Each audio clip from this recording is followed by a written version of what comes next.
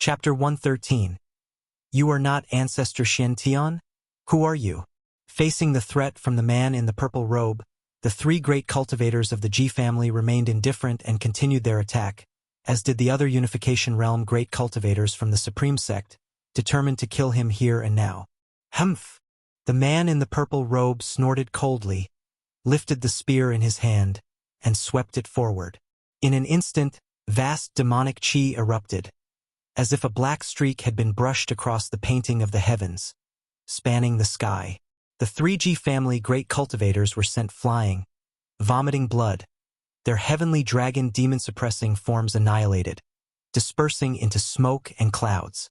The three crashed into the mountains like fallen stars from beyond the sky, causing the ground to shake and dust to rise in plumes. In all directions, 8 Unification Realm great cultivators shouted in unison. 8 ancient bronze bells floated behind them, from which images of bells also emerged, enclosing a 100-mile radius. As they cultivated energy, the bell images behind them rapidly expanded, all reaching 1,000 feet in height, grand and imposing. The enormous bell images unleashed a terrifying impact, shaking the space and causing waves to surge through the sky. The man in the purple robe raised his spear to deflect, vast spiritual power erupting, forming a powerful storm around him, resisting the impact from the bell images. Whoosh! Amidst the mountains, the sound of something breaking through the air approached the man in the purple robe at an incredible speed. His pupils contracted as he swiftly dodged the attack. It was a flying sword, fast as a streak of light. Its controller was a female cultivator, her red robe fluttering wildly, long hair streaming, and her pure, beautiful face frosty. Her gaze at the man in the purple robe filled with killing intent. The gold ring behind the man in the purple robe rose, emitting golden light that shattered the bell images, causing mountains within 100 miles to explode, the ground trembling. Mighty waves of fire rose from the dust, transforming into fire dragons pouncing at the man in the purple robe, who sneered disdainfully. He suddenly turned and thrust his spear. Clang! An earth-shaking collision rang out, the spear striking a 3-zhang-tall great cauldron. The cauldron, with its sides carved with rare and exotic beasts, exuded a primordial aura. LV Badian stood atop the cauldron, unleashing a palm strike, spiritual power bursting out like a flood. The image of a mysterious Shen turtle appeared over him, roaring angrily, the terrifying palm wind simultaneously engulfing the man in the purple robe. Mystic tortoise surging wave palm. The palm wind fell from the sky, penetrating the ground as it swept upwards, scattering the dust waves in the world, as if to destroy the entire world. With a booming sound, LV Batian and the cauldron were blown away, numerous needle-like spiritual power spikes piercing his body, his face changing dramatically. In the violent blast, the man in the purple robe stood like a deity descending to the mortal world, dominating all things. He looked at LV Badian and sneered arrogantly. Unification Realm 9-layer, such a pity to die for this seat. Before he finished speaking, he suddenly turned his head. Not only him, but the Supreme Sect's great cultivators also seemed to sense something, all turning to look in the same direction. 1,000 miles away, atop a mountain, Su Han stood at the edge of a cliff, gazing into the distance. Noticing the sudden halt in the battle, he frowned, unable to probe into the heart of the battle with his divine sense. Could the Supreme Sect's side have already lost? Su Han frowned deeply, his mind conflicted. He didn't want to lead the way, but Elder Chi Han had chosen him. Without him, others would lead, so he had to come. In fact, he did hold resentment towards the Supreme Sect. As an outer disciple of the Supreme Sect, the Sword Sect of the Great Yu Dynasty sought to kill him, yet the Supreme Sect did not protect him, instead forcing him to cripple his cultivation, which left him disappointed. Despite his disappointment, the Supreme Sect was his first sect on his immortal cultivation path. He didn't want to see the Supreme Sect destroyed but had to accept it since he had joined the Ephemera Sect, which was the only sect in the immortal cultivation world that could accept him. As Su Han was feeling conflicted, a figure flew over his head. So fast, Su Han couldn't see who had just passed by, only sensing a flash of a purple-black shadow, as if it were an illusion. That figure was Gu, and, with Gu An's cultivation, how could Su-han detect him? He deliberately let Su-han see him, intending to scare him away. This was his last bit of care as a master. After passing Su-han, Gu suddenly accelerated, arriving above the battlefield in one step. He stopped 100 feet away from the man in the purple robe, immediately using a lifespan detection. Golden Spirit Venerable, Mystic Heart Realm 2nd Layer 1840/4500/4600, earning 200 or 300 lifespans would be acceptable. Gu did not act immediately but allowed the man in the purple robe and the Supreme Sect's great cultivators to appraise him. Heaven-cutting axe, who are you? Golden Spirit Venerable frowned tightly, glaring at Gu and asked in a deep voice. The Supreme Sect great cultivators all looked at Gu. Upon hearing the words heaven-cutting axe, Ji Hantian, who was covered in blood and had just flown up, couldn't help but shout in surprise, Ancestor Shen Tian? Ancestor Shen Tian. All the Supreme Sect great cultivators were moved, even LV Batian, who stood on the great cauldron, looked incredulously at Ancestor Shen Tian. Was Ancestor Shen Tian actually still alive? Impossible. You're not Ancestor Shen Tian.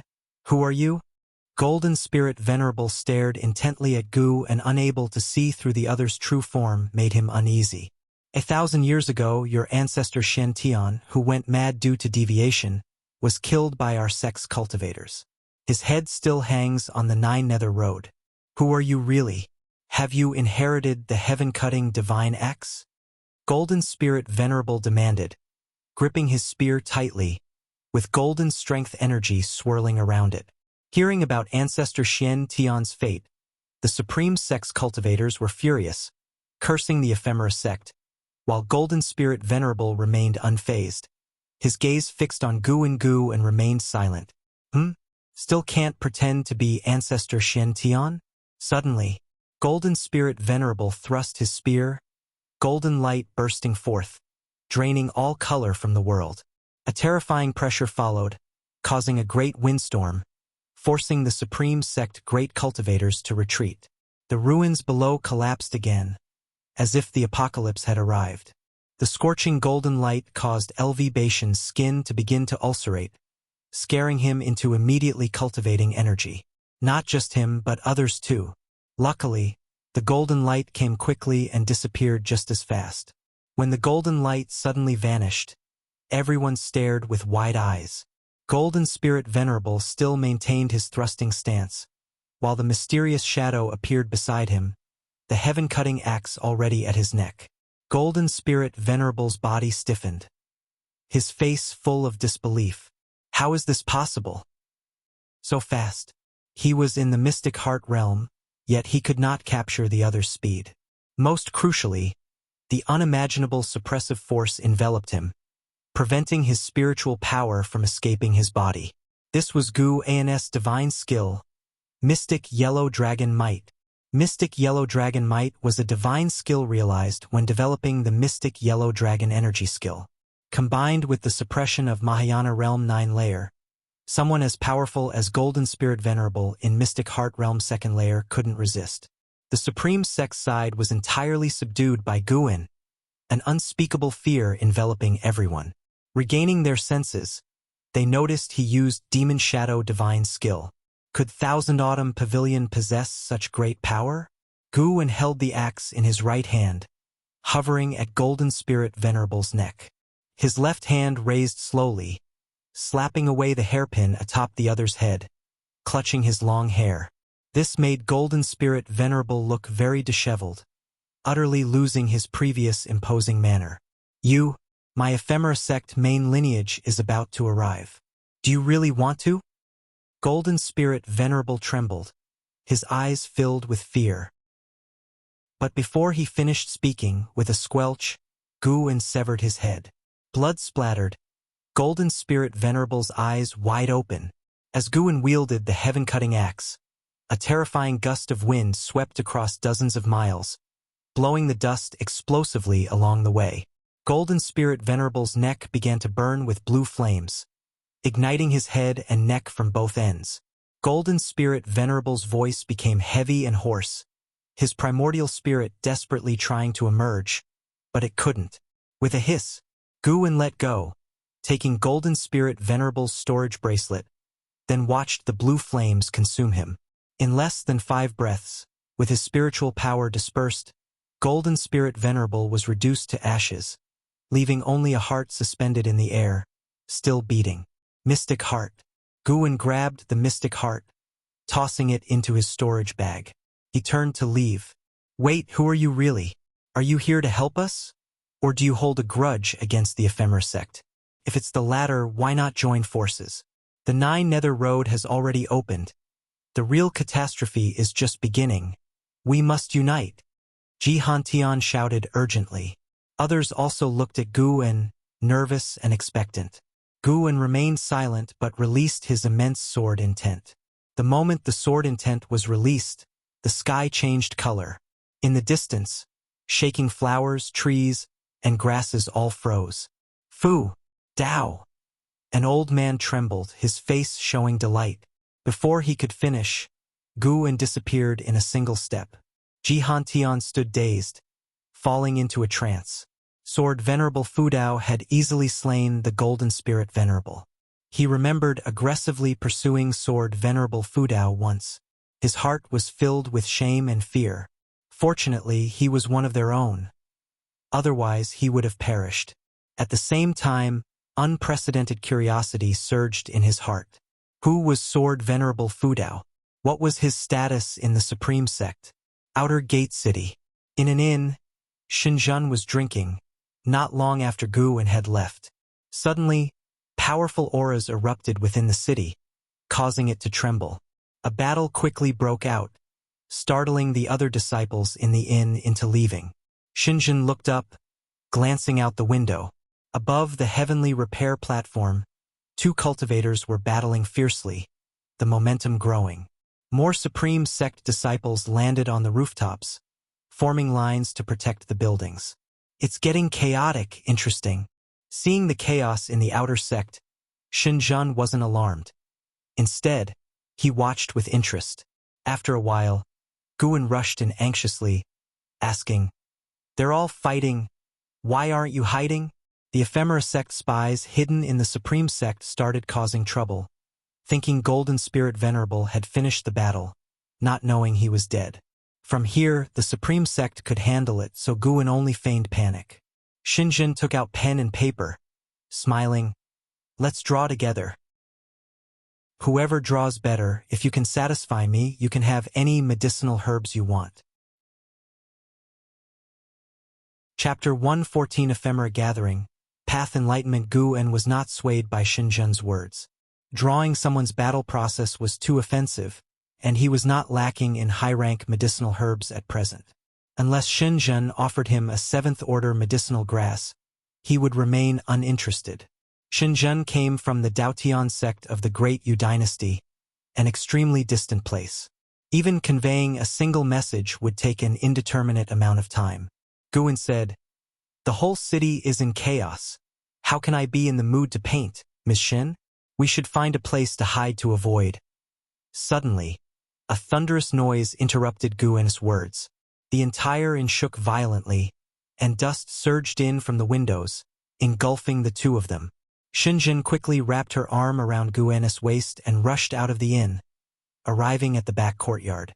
Guwen tried to free himself from her grip, but she held him tightly.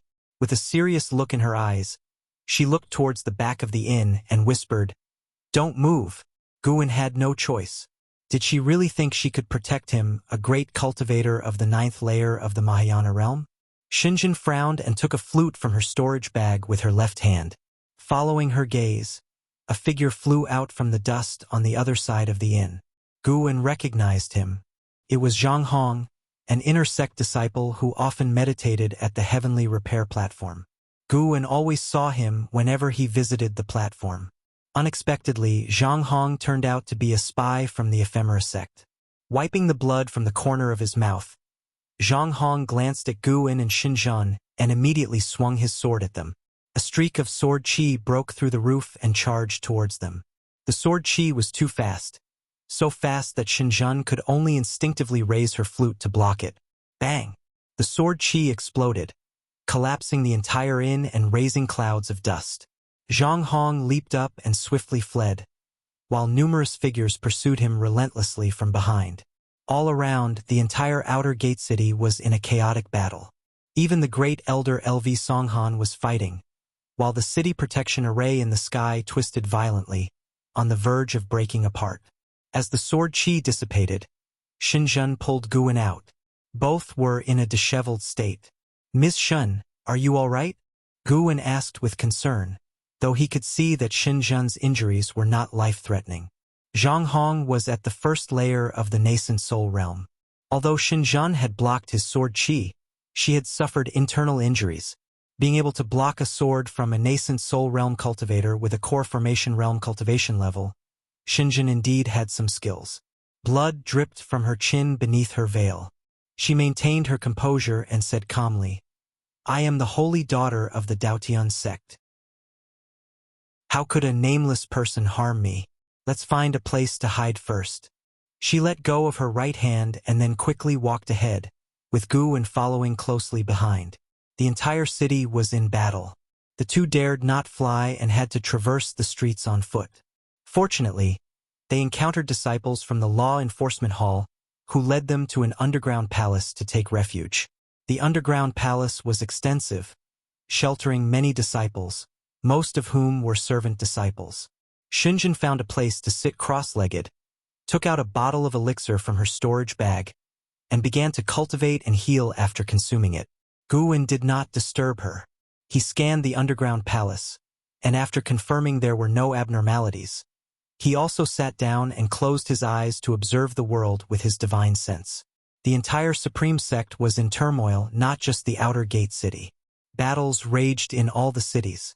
LV Badian and others, sensing the unrest in the supreme sect, were all hurrying back.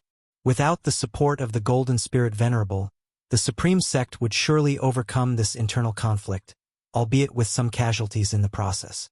Gu An's divine sense focused mainly on the Third Medicine Valley and the Mystic Valley. The Mystic Valley, located outside the outer gate, remained unthreatened since the ephemera sect spies were causing chaos within the supreme sect. The Third Medicine Valley was under protection, with Gu Yu leading a group of cultivators to guard it. Fierce battles had already erupted. As long as the medicinal herbs remained untouched, Gu En was not inclined to intervene. The supreme sect needed this trial by fire. Time passed by. As Unification Realm great cultivators returned, skirmishes in the cities quickly subsided. In less than 30 minutes, there was no more fighting in the outer gate city where Gu En was located. A figure emerged from the tunnel, shouting joyfully, "The battle is over, everyone can come out." Hearing this, the disciples smiled, stood up, and helped each other out. Xinjun stood up as well. Looking at Guwen, she said, "Why aren't you helping me? Look at the others." Guwen laughed. "I don't think you're that seriously injured. Once we return to the Medicine Valley, you can pick a batch of medicinal herbs as a reward for protecting me just now." Xinjun smiled but did not respond and walked towards the crowd with Guwen. After leaving the underground palace, Guwen reached the street. He looked up to see the sky shrouded in dark clouds, with fire dragons formed by spiritual power swirling majestically, appearing as if divine beings were protecting the city. Guwen saw a figure of a Unification Realm great cultivator hovering thousands of feet in the air. During the earlier battle with the Golden Spirit Venerable, this person had looked quite haggard. Now, however, he seemed invincible and overbearing. Xinjun gazed upwards as well. After confirming the battle had truly ended, she said to Guwen, "I need to return. You should also go back soon." With that, she turned and left. She tried to appear relaxed, but once out of Guwen's sight, he noticed she suddenly sped up. Xinjun's injuries would likely require months of rest to fully recover. Guwen began to stroll through the city. Wherever he passed, he saw many buildings damaged, with injured disciples coming and going, inspecting the city. Guwen sensed the presence of Jinqin and Yilan, both uninjured, so he did not seek them out. The mysterious aura he had felt a few days ago was still there. As it came from too far away within the Taicang dynasty, Guan could not discern its origin. He speculated it might be related to the Nine Nether Road. Before dying, the Golden Spirit Venerable had said that the main lineage of the Ephemera sect was about to arrive, indicating that this calamity had just begun. More mystic heart realm great cultivators were likely to appear in the future. It truly was a troublesome time, Guan mused, his gaze suddenly drawn to a distant figure. A disciple was walking among the crowd. He looked unremarkable in both appearance and cultivation level, and few people paid attention to him as he walked along the street. Guan was drawn to him because there was an indescribable aura about him that felt somewhat familiar. Time for a lifespan detection. Wuxia, Foundation Establishment Realm 2nd Layer 63/280/310. Such a lifespan was not outstanding in the outer gate. Guan thought as he looked at Wuxia, soon understanding why the aura felt familiar. Path Enlightenment. The other party was in Path Enlightenment. No wonder he seemed somewhat dazed while walking the streets. Guan became interested and observed Wuxia closely, wanting to see the state of Path Enlightenment from the perspective of an onlooker. He had undergone Path Enlightenment before. After that experience, he was unsure of the specific changes that had occurred, as he often used lifespan to enhance himself, which could obscure any transformations. He could not discern whether the improvements came from his own powers or the lifespan evolution. Guan began to follow Wuxia, maintaining a distance of several feet. As they walked down various streets, Guan suddenly felt Wuxia's aura surge. This surge was not an elevation in his cultivation level but rather another profound change. He instinctively used lifespan detection again. Wuxia, Foundation Establishment Realm 2nd Layer 63/280/340. His maximum lifespan had increased by 30 years. This was the first time Guan had seen someone's maximum lifespan increase. Was this the transformation brought by Path Enlightenment? No wonder Han Ming claimed that after Path Enlightenment, one's sword Dao advanced rapidly. It seemed even aptitude and comprehension improved. Guan was secretly astonished, growing more interested in Wuxia.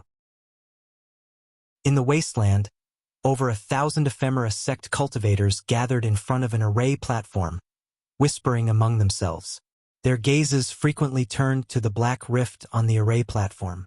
The black aura had disappeared, but a black space rift remained in the sky, reflecting a dark red sky, like the entrance to an exotic world. Elder Chihan sat in the front, frowning. For some reason, he suddenly felt uneasy.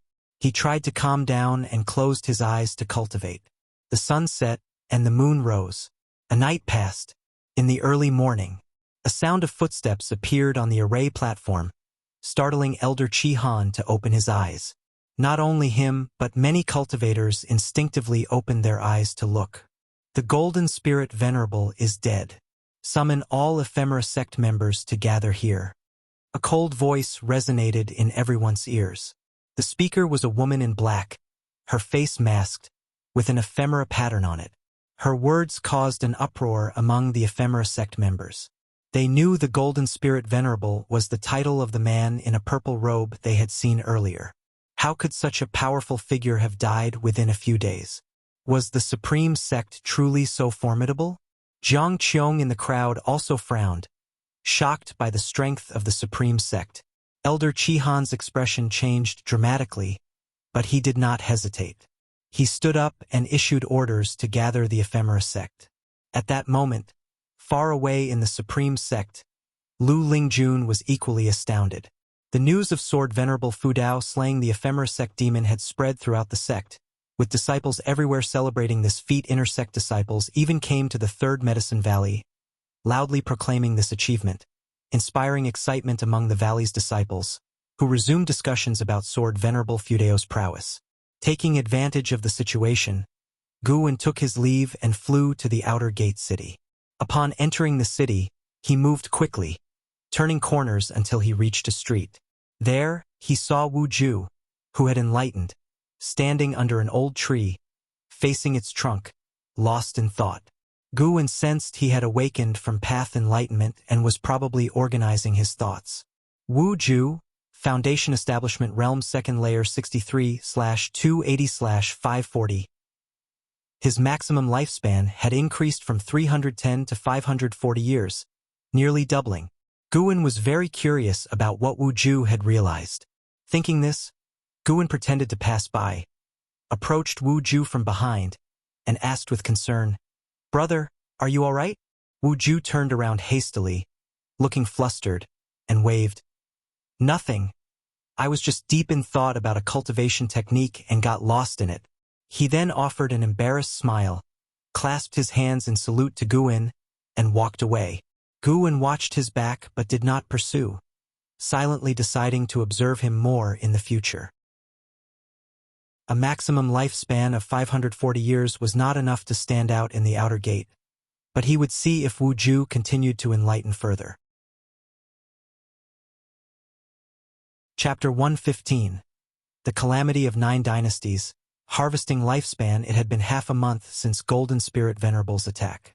Since that day, the Supreme Sect remained in a state of readiness, summoning numerous disciples, and everyday disciples could be seen flying over Mystic Valley and the Third Medicine Valley.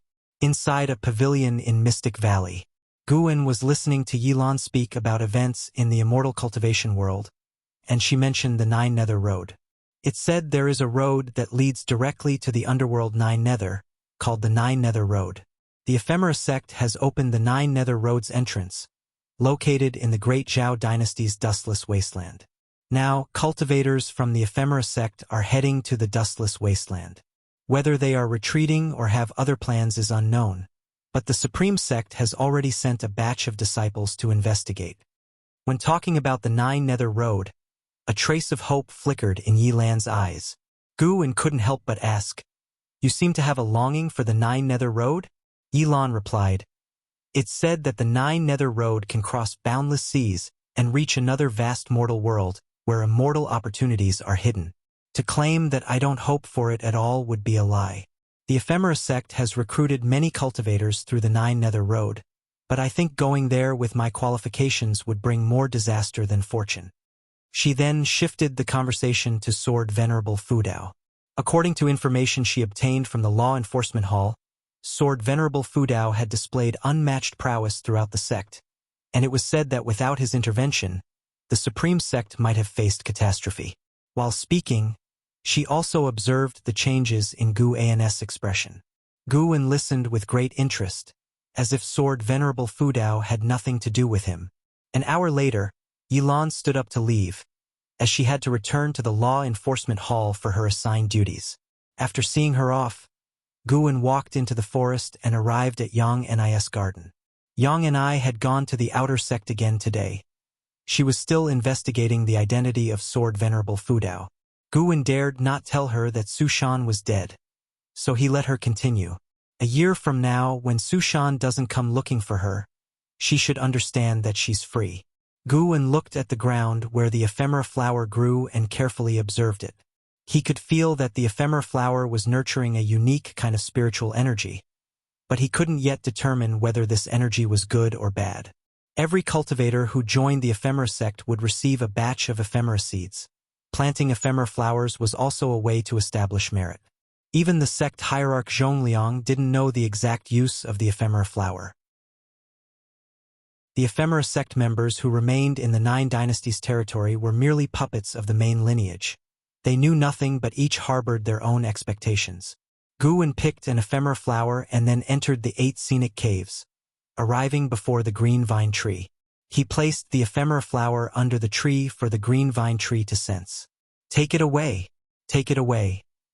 The female voice of the green vine tree echoed, soft yet anxious. Guwen asked in surprise, "You are a 7th level spirit tree? Are you actually afraid of a 6th level flower? Its aura is very annoying. I dislike it." The green vine tree responded intermittently. Upon hearing this, Guwen raised his hand and put the ephemera flower back into his storage bag. He then sat down and summoned the storage bracelet from a distance, beginning to inventory the legacy of Golden Spirit Venerable. The 8 scenic caves contained many storage bags and rings, all spoils acquired by Guwen through battles, and this was the place where he could store things best kept out of sight. However, after searching thoroughly, he didn't find any information about the ephemera flower and had to give up. But what he found instead was an elixir record, which he took out to examine carefully. He had already mastered the Taicang elixir path, his alchemy skills had reached the grandmaster level, and with an elixir recipe he could effortlessly refine elixirs. Halfway through, his hand paused. Ephemera demon elixir? Winter eventually arrived, and snowflakes drifted down to the mortal world, continuously erasing its color. Taicang Valley. Guwen had just harvested a batch of medicinal herbs, successfully obtaining nearly 10,000 years of lifespan, filling him with joy. Taicang Valley had special formations that prevented snow from accumulating, saving a lot of trouble. Guwen instructed Sunda to move all the medicinal herbs into the storage building, then walked towards the courtyard where Luo Hun and Yi Luyun were drinking and discussing the Nine Nether Road. The Nine Nether Road has caught the attention of the cultivators from the 9 dynasties. It's said that representatives from each dynasty and sect have been sent to investigate, but the entrance to the Nine Nether Road is surrounded by ephemera sect cultivators, and they have all returned empty-handed. Luo Hun said with a frown. Yi Luyun glanced at the approaching Guwen, then said to Luo Hun, "This is also a good thing, at least the Taicang dynasty doesn't have to bear the pressure of the ephemera sect alone." Luo Hun nodded and said, "The force behind the ephemera sect will definitely come through the Nine Nether Road. This will be a calamity for the 9 dynasties. Furthermore, my sources report that ephemera flowers are appearing everywhere now. When they mature, they attract demons and ghosts. It's uncertain what the ephemera sect's true purpose is." Guwen sat down nearby, listening to the two discuss matters of the immortal cultivation world. He curiously asked, "Are there any evil legends about the ephemera flower?" Previously, he thought the ephemera sect was merely competing for power with the supreme sect. Now, he realized their ambitions were far greater. Without understanding the true strength of the main lineage of the ephemera sect, Guwen dared not enter the Nine Nether Road. Yi Luyun frowned and said, "I have heard a legend that the ephemera flower is a flower of the underworld, symbolizing death and reincarnation. When ephemera flowers appear in the mortal world, it heralds an imminent catastrophe, causing many lives to perish." Luo Hun said, "The 9 dynasties have already issued orders to eradicate the ephemera flowers. Regardless of the ephemera sect's intentions, the widespread appearance of ephemera flowers must be stopped." Upon hearing this, Guwen felt relieved. When the world is in trouble, the world should unite against it. He didn't want to bear the worry alone. Now that everyone is clearing out ephemera flowers, he might as well join in. Clearing ephemera flowers at night could earn him lifespan and save lives, benefiting in every way. Luo Hun and Yi Luyun continued discussing the ephemera sect, while Guwen listened, hearing many names through their conversation. The reappearance of the Nine Nether Road in the mortal world caused a great upheaval in the immortal cultivation world of the 9 dynasties. Many great cultivators who had been in seclusion began to emerge. The ephemera sect had become the scourge of the 9 dynasties. Some ancient beings, who had lived for over 1,000 years, declared they would annihilate the ephemera sect. This was advantageous, as the ephemera sect becoming a common enemy might cause those who had joined it to waver and seize the opportunity to break free. As evening approached, Guwen returned to Mystic Valley. He scanned the area with his divine sense and had a strange expression. Yang and I had burned all the ephemera flowers she planted, leaving ashes behind in the garden. Could it be that Yang and I had come to her senses? Guwen did not ask Yang and I about it and instead went back to his room.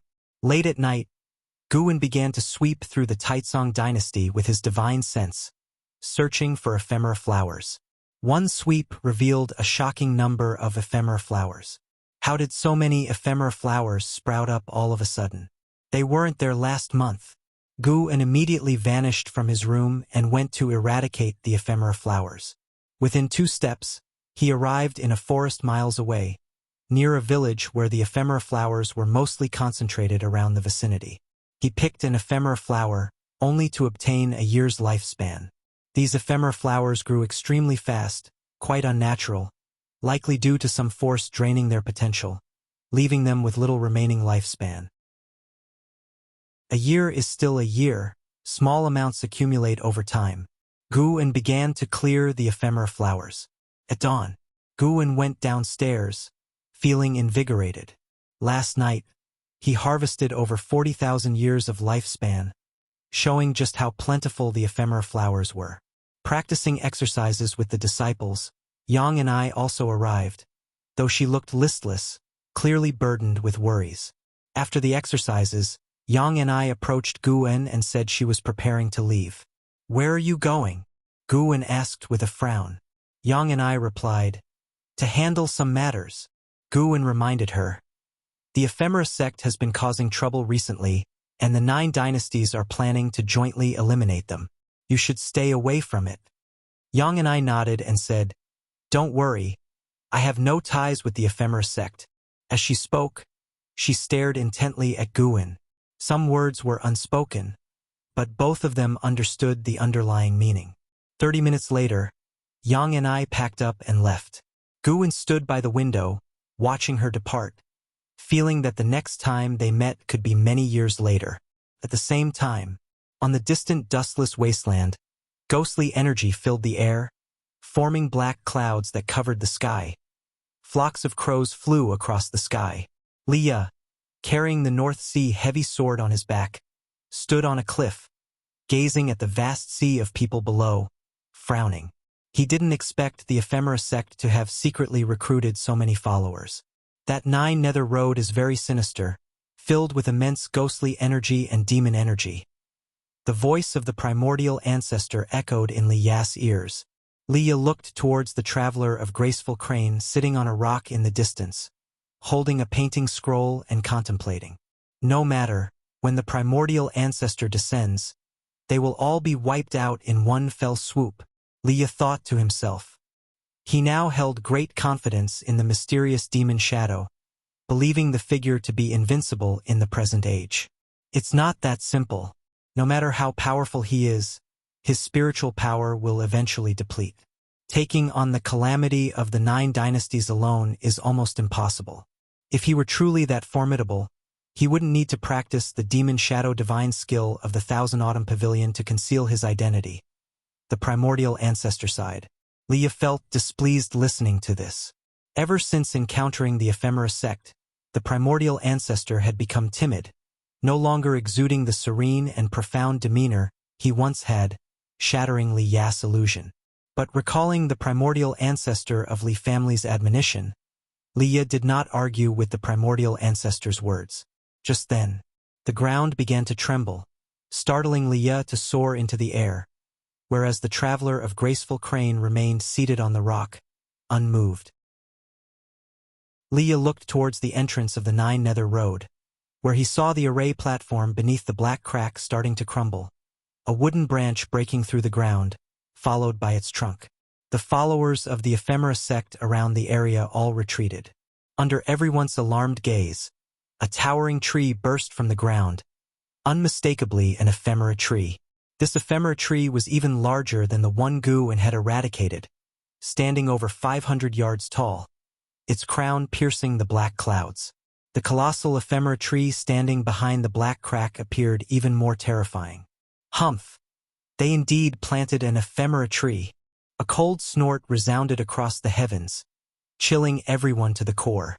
Jiang Qiong turned her head, seeing a brilliant sword-light sweep from the horizon, cutting through the sea of clouds, unstoppable, targeting the ephemera tree.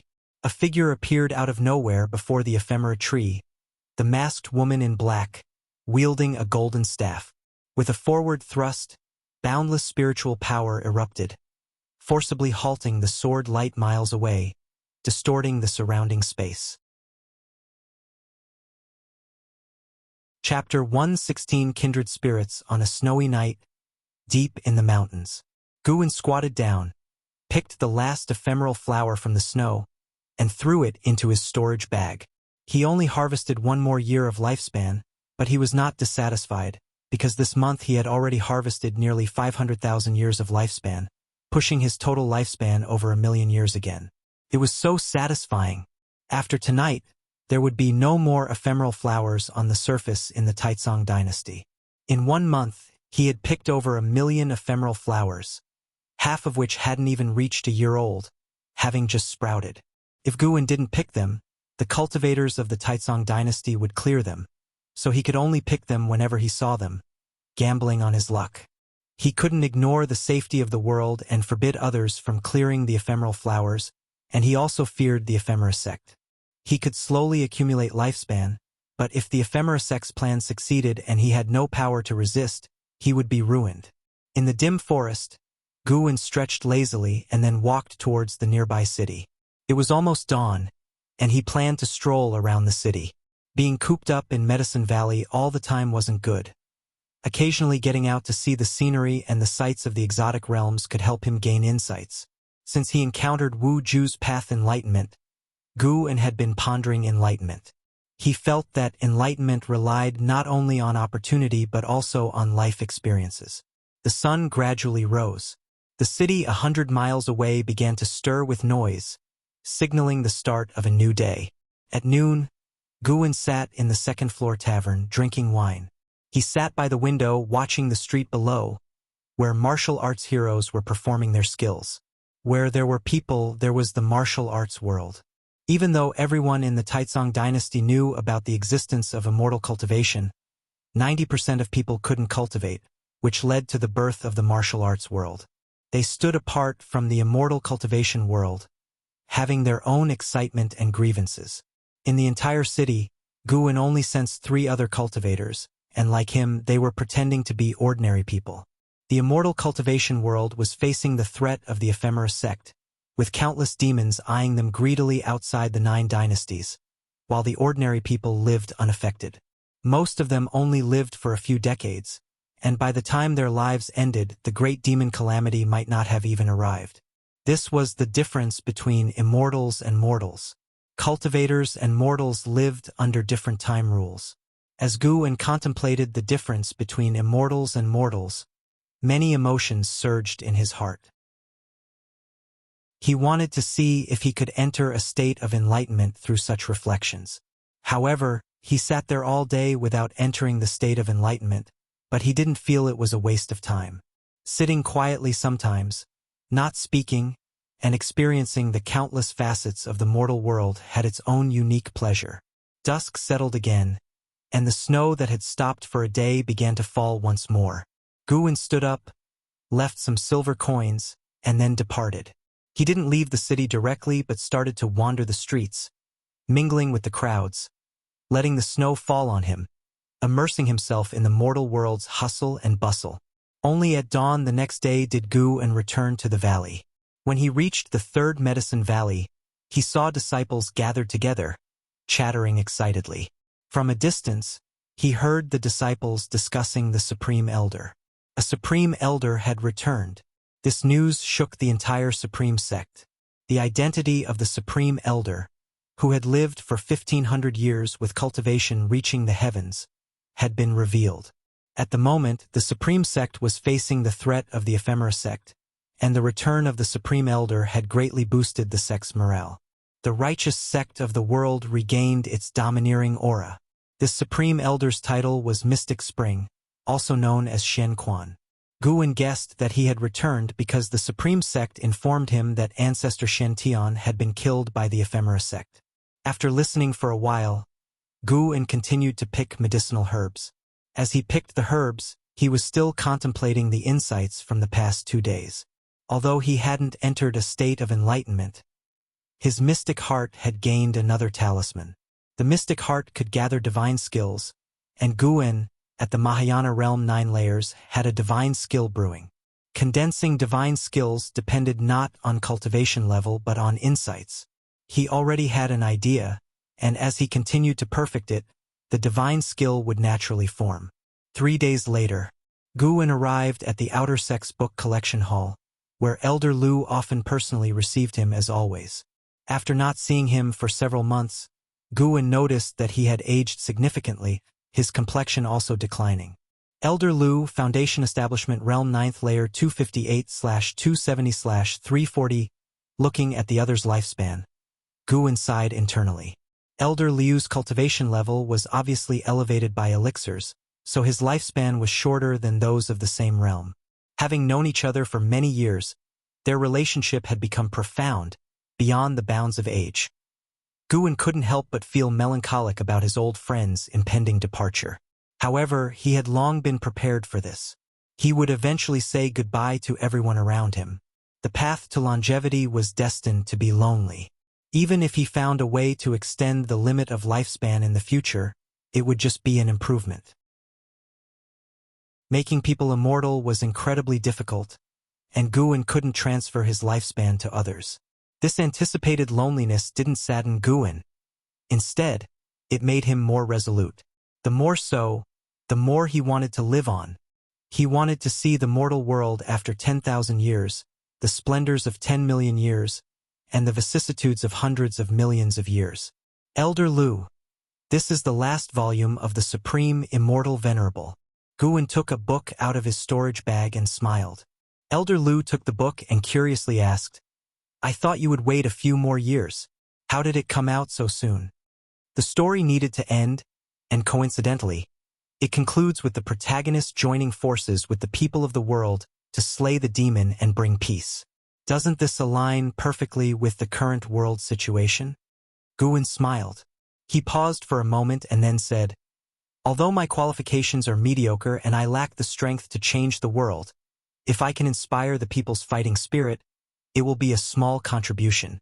Elder Lu did not open the book but praised. "Your books have already influenced many people. Before you, cultivators rarely read outside their practice. The name Pan and has taken on the aura of a sage." Elder Lu, you're exaggerating. Ha ha ha. What are you writing next? I don't plan to write anything for now. I will see what the future holds. Indeed, a masterpiece often comes about by chance and cannot be forced. The two chatted casually, with Elder Lu reminiscing about their first meeting. Guan listened intently and responded just as earnestly. After talking for 2 ancient hours, Elder Lu suddenly said, "Once the final volume of Supreme Immortal Venerable is arranged, I will resign from the elder position and prepare to leave the Supreme Sect to revisit my hometown. It has been 240 years since I joined the sect. I wonder if my hometown has changed."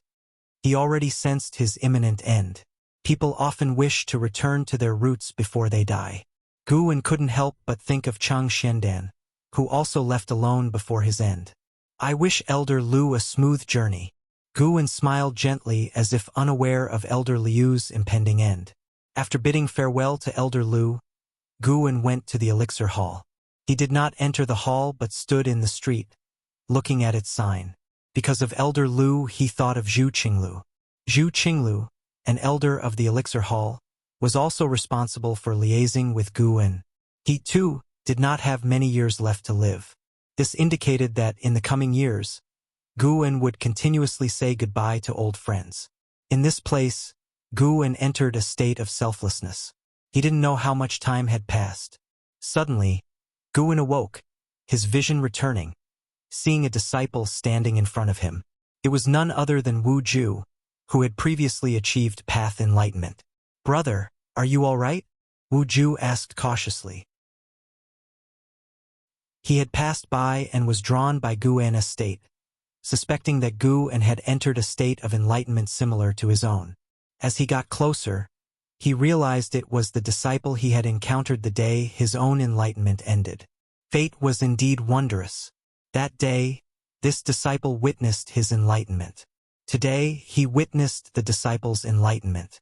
Wu Ju developed a fondness for Guan and had been guarding nearby to avoid interruption. He had stood for quite a while. When Guan suddenly opened his eyes, he thought he might have disturbed him and felt a bit uneasy. Guan had indeed entered a state of enlightenment earlier, and his mystic heart had gained another talisman. He looked at Wu Ju and smiled. "I'm fine. Have we met before?" Wu Ju smiled and said, "Yes, back then I was under the tree, and you asked if I was all right, just like how I am asking you now."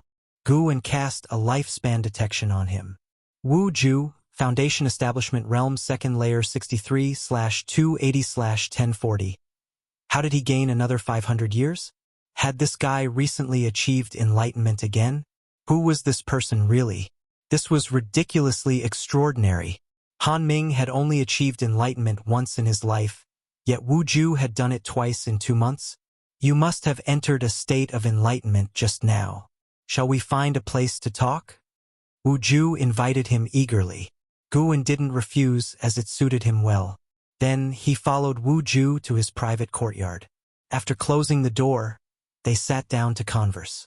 Wu Ju became quite enthusiastic, actively sharing his experiences. He had been an orphan since childhood, brought to the supreme sect by his master. His master, an outer disciple, found him hanging on a tree while on a mission. His parents had abandoned him but didn't want him to be eaten by wild beasts, so they hung him on the tree. In the supreme sect, Wu Ju's spirit root qualification was mediocre, but under his master's protection, he had a good life. It wasn't until recently that his master was killed by a cultivator of the ephemera sect on a mission, news he got from his master's companion. He felt as if the sky had fallen. The very next day, the ephemera sect attacked. Watching the cultivators fight, Wu Ju was perplexed, not understanding why people had to fight to the death. In his confused state, he achieved enlightenment. After sharing his story, he looked at Guan and asked, "Brother Gu, what led to your enlightenment?" Guan replied, "My enlightenment was also related to life and death. An old friend I've known for decades is approaching his end." He spoke calmly, but Wu Ju sensed that he must have been deeply saddened. However, the reason for Guan's enlightenment made Wu Ju feel a deeper connection with him. "Brother Gu, don't share your enlightenment experience with others. After my enlightenment, I found that my energy absorption speed increased, and even my comprehension improved. My master always taught me to be humble and keep things to myself," Wu Ju said earnestly. Guan nodded, smiling inwardly. It seemed Wu Ju's master was someone with similar beliefs. But he thought Wu Ju's enlightenment wasn't simply due to sudden clarity. Enlightening twice because of his master's death? It didn't make sense. Chapter 117. Kill him using a sword? Guan exchanged epiphanies with Wu Ju, talking all the way until the next morning. Both of them benefited greatly. Before parting, Wu Ju reminded him once again not to reveal their epiphany to others. Seeing Wu Ju's caution, Guan smiled and promised. Wu Ju watched Guan leave, a smile spreading on his face. Having lived in the supreme sect for so many years, Guan was his first true friend. He had always been very self-conscious and didn't dare to communicate with others much. The only one he was close to was his master, so his master's death was a great blow to him. Wu Ju turned back to his room to continue cultivating, while looking forward to his next exchange with Guan stayed in the city for an hour before returning to the third medicine valley. After inspecting the valley, he hurriedly left again. After spending a short while in Mystic Valley, he came to the Mystic Heaven Cave Mansion. The Mystic Heaven Cave Mansion already had a lot of medicinal herbs planted, but it was still far from being filled. Guan planned to plant herbs above the 5th rank here, as it was his private territory, a place truly unknown to anyone. Though Jiang Qiong and Sky Dragon knew about the 8 scenic caves, only he knew about the Mystic Heaven Cave Mansion. During the planting process, he felt the presence of a battle coming from the north. The aura of the 9 Nether Road was still there, lasting for several months. The 9 dynasties continuously sent cultivators to fight, temporarily curbing the chaos caused by the ephemera sect. This was normal. If the strength of the ephemera sect far surpassed the 9 dynasties, they would have swept across them long ago. Guan did not pay attention to the distant battle and focused on planting herbs. He could stay overnight at the Mystic Heaven Cave Mansion, as it was already the end of the month. If Leah wanted to contact him, he could not afford to miss it. Since Guan and Leah made the agreement, Leah didn't appear on a mountaintop at the end of the month to reveal his aura, possibly due to circumstances beyond his control. Yet, Guan was not anxious. He would come to the Mystic Heaven Cave Mansion at the end of every month and use his divine sense to search for Leah's aura in the north. Thus, Guan finished planting all the seeds he brought and set up a formation. When night fell, he performed the 9 extremes yin-yang body, transforming into a shadow and heading north. Under the night sky, Liya, carrying the North Sea heavy sword, reached the mountain top. He looked ahead. The mountains stretched endlessly. The night sky was covered with dark clouds, obscuring the stars and moon. How far is this place from the North Sea mountains? I wonder if the primordial ancestor can find me. Liya thought worriedly. The old ancestor's voice sounded in his mind. The great cultivators of the 9 dynasties continue to appear, yet they cannot budge that female cultivator. When the main branch of the ephemera sect arrives, it will be even more dangerous. Even if the primordial ancestor comes, he cannot turn the tide. He too acknowledged that Guwen was the primordial ancestor of the Li family, but he had no confidence in the ancestor. The primordial ancestor's cultivation level was higher than his own when he was alive, but the main branch of the ephemera sect also had such people and not just one. After hearing this, Liya fell silent. He turned his head, spreading his divine sense, fearing that followers of the ephemera sect were tracking him. After confirming no one was following him, Liya put down the heavy sword and sat cross-legged. He placed the heavy sword on his legs, carefully stroking it, feeling the blade. He had already mastered a trace of the Taicang Divine shocking sword intent. The longer he delved into it, the more profound he found the swordsmanship. Once it was fully mastered, he would be unrivaled in his realm and even capable of cross-realm battles. The cold wind blew. Though there was no flying snow, it was still bone-chillingly cold. It was unclear how much time had passed. A figure appeared behind Liya, silently watching him. It was Guwen, using the 9 extremes yin-yang body, observing Liya's swordsmanship accomplishments. Not bad, he didn't waste the swordsmanship accomplishment he had left behind. He is here. The old ancestor's voice sounded in Liya's ear, with a complex tone. Upon hearing this, Liya opened his eyes and turned his head. As soon as he saw Guwen, he immediately stood up and saluted him with the North Sea heavy sword in hand. Now he could lift the North Sea heavy sword with one hand. Greetings, primordial ancestor. Regarding the title Liya used, Guwen couldn't bother to explain. As long as Liya didn't guess his real identity, it was fine. Tell me about the ephemera sect, Guwen said, his voice as usual with a changed tone. Liya began reporting the situation. Currently, all the followers of the ephemera sect were gathered at the entrance of the 9 Nether Road, numbering over 1 million. Every one of the ephemera sect's followers bore the ephemera seal, causing those wavering cultivators to be unable to escape. He mentioned the ephemera tree.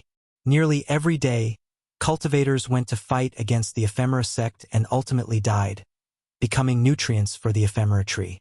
Speaking of this tree, the fearless Liya's face too showed a trace of fear. Guwen wasn't concerned about these. He was only curious about the strength of the strongest person in the main branch of the ephemera sect. Unfortunately, Liya didn't know either. After talking for half a day, it was all about the battles around the ephemera tree, without mentioning the situation inside the 9 Nether Road. I wondered why you came out secretly. Turns out it was to pass on information. It seems your backer is also helpless and unable to respond to you. A contemptuous laugh echoed. Startling Liya, his face turned pale. He looked behind Guwen, only to see a scholar-dressed traveler of graceful crane walking out from the forest. Guwen, with his back towards him, did not turn around. Shadow magic skill. I wonder which master from the Thousand Autumn Pavilion you are? Traveler of graceful crane asked with a smile as he took off the book box behind him, placed it in front, and began to search inside it. Before Guwen spoke, Liya anxiously shouted, Primordial ancestor. He is Traveler of graceful crane. It's him who previously captured my old ancestor's soul. He is very strong, you must not be careless. Guwen turned his head slightly, glancing at Traveler of graceful crane. Traveler of graceful crane, Unification Realm 9th Layer 1209/3020/3030 Unification Realm 9th Layer. No wonder he spoke so arrogantly. With such cultivation, he could indeed roam freely in the Taicang dynasty. Guwen slowly turned around, looking at Traveler of Graceful Crane rummaging through his things, not in a hurry, watching him perform. A Grand Unification Realm 9th layer cultivator needed to search for something by hand? This guy clearly thought he had Guwen in the palm of his hand, deliberately messing with Guwen and Li Ya's minds. Primordial ancestor? So you are family. In that case, he'll torture you to death in front of him to put an end to his wild thoughts. Traveler of Graceful Crane sneered coldly. Upon hearing this, Leah immediately moved to stand beside Guwen, offering the North Sea heavy sword to him. To kill him, do I need a sword? Guwen's hoarse voice sounded, making Leah pause, causing Traveler of Graceful Crane to halt his search. Traveler of Graceful Crane looked up at Guwen. The two stood on a slope with Guwen standing higher. He couldn't see Guwen's true face, but for some reason, looking at the opponent's posture gave him an uneasy feeling in his heart. He suddenly pulled out a scroll from the book box. When the scroll unfurled, terrifying magma erupted, blocking out the sky and blotting out the sun with a mighty force. Leah stood dazed, unable to react. Guwen swiftly raised his right hand, flicking his finger to release a beam of light. It pierced through the terrifying magma, forcefully piercing Traveler of Graceful Crane's throat, blood spurting from the back of his neck. Traveler of Graceful Crane's eyes widened in disbelief. As his body leaned backward, a foot stepped on his back. Boom! The mountain quaked. Under Li Ya's watchful eyes, the formidable Traveler of Graceful Crane, who once made him despair, was trampled under the foot of the primordial ancestor, stone debris flying everywhere. Ugh! Traveler of Graceful Crane spat out a mouthful of reverse blood, desperately finding his spiritual power suppressed within his body, incapable of manifesting outside or casting spells for escape. He had never felt such suppression. Even a great mystic heart realm cultivator couldn't suppress him like this. Could it be that he had reached above the 5th level of the mystic heart realm? Traveler of Graceful Crane felt an absurdity. Boom! Boom! Boom! Guwen started stomping, foot by foot on Traveler of Graceful Crane's back. More blood pooled beneath him, forming cracks in the mountain surface. Shrouded in dark purple demonic chi, Guwen appeared like a demon god from the netherworld. Even Leah couldn't help but feel a tinge of fear in his heart. The primordial spirit of the old ancestor within him was also silent. After 9 stomps, Traveler of Graceful Crane had lost his combat ability. Guwen's right foot ignited with Taicang True Fire, attaching it to Traveler of Graceful Crane's body.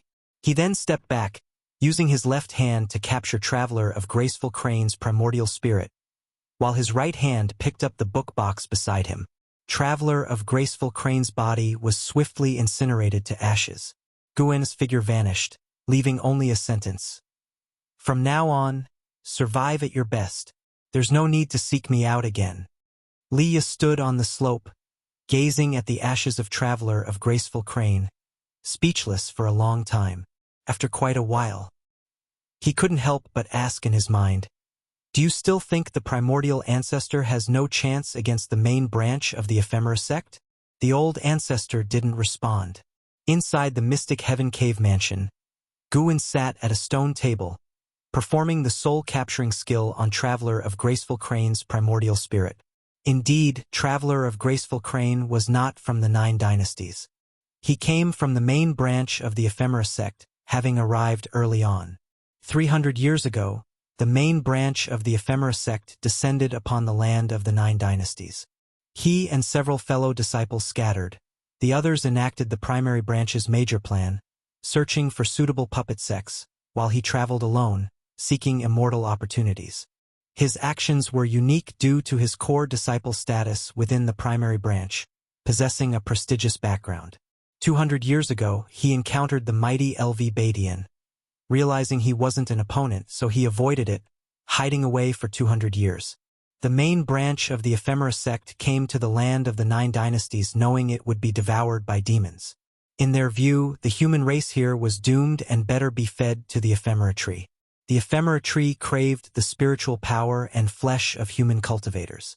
If it could devour the humans of the 9 dynasties, it could transcend the heavenly destiny, reaching the legendary 9th rank.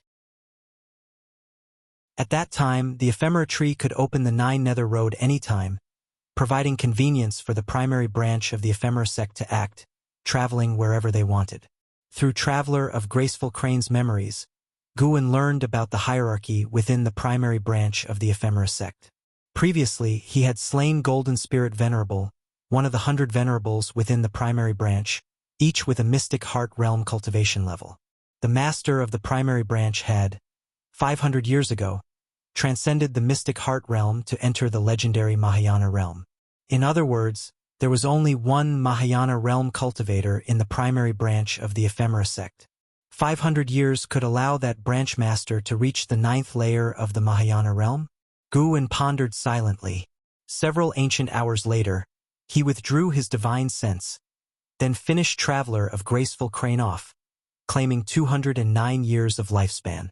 Guin's right hand rested on the book box, lightly tapping it with his finger, eyes flickering. No more waiting. Tomorrow, he would resolve the ephemera tree below the 9 Nether Road to prevent any long-term worries. Anyway, if he didn't act, the primary branch of the ephemera sect wouldn't just let it go. Chapter 118 Sword Venerable Fudao strikes. Wuxian Wasteland. At dawn. Because of the overcast clouds in the sky, this wasteland had never seen the sun or moon. On top of a broken cliff, dozens of cultivators gathered, including Ji Hantian, the vice sect leader of the Supreme Sect. They looked towards the horizon, with worry etched on their faces. That female demon is simply too powerful. Without a mystic heart realm cultivator, no matter how many of us join forces, it will be useless.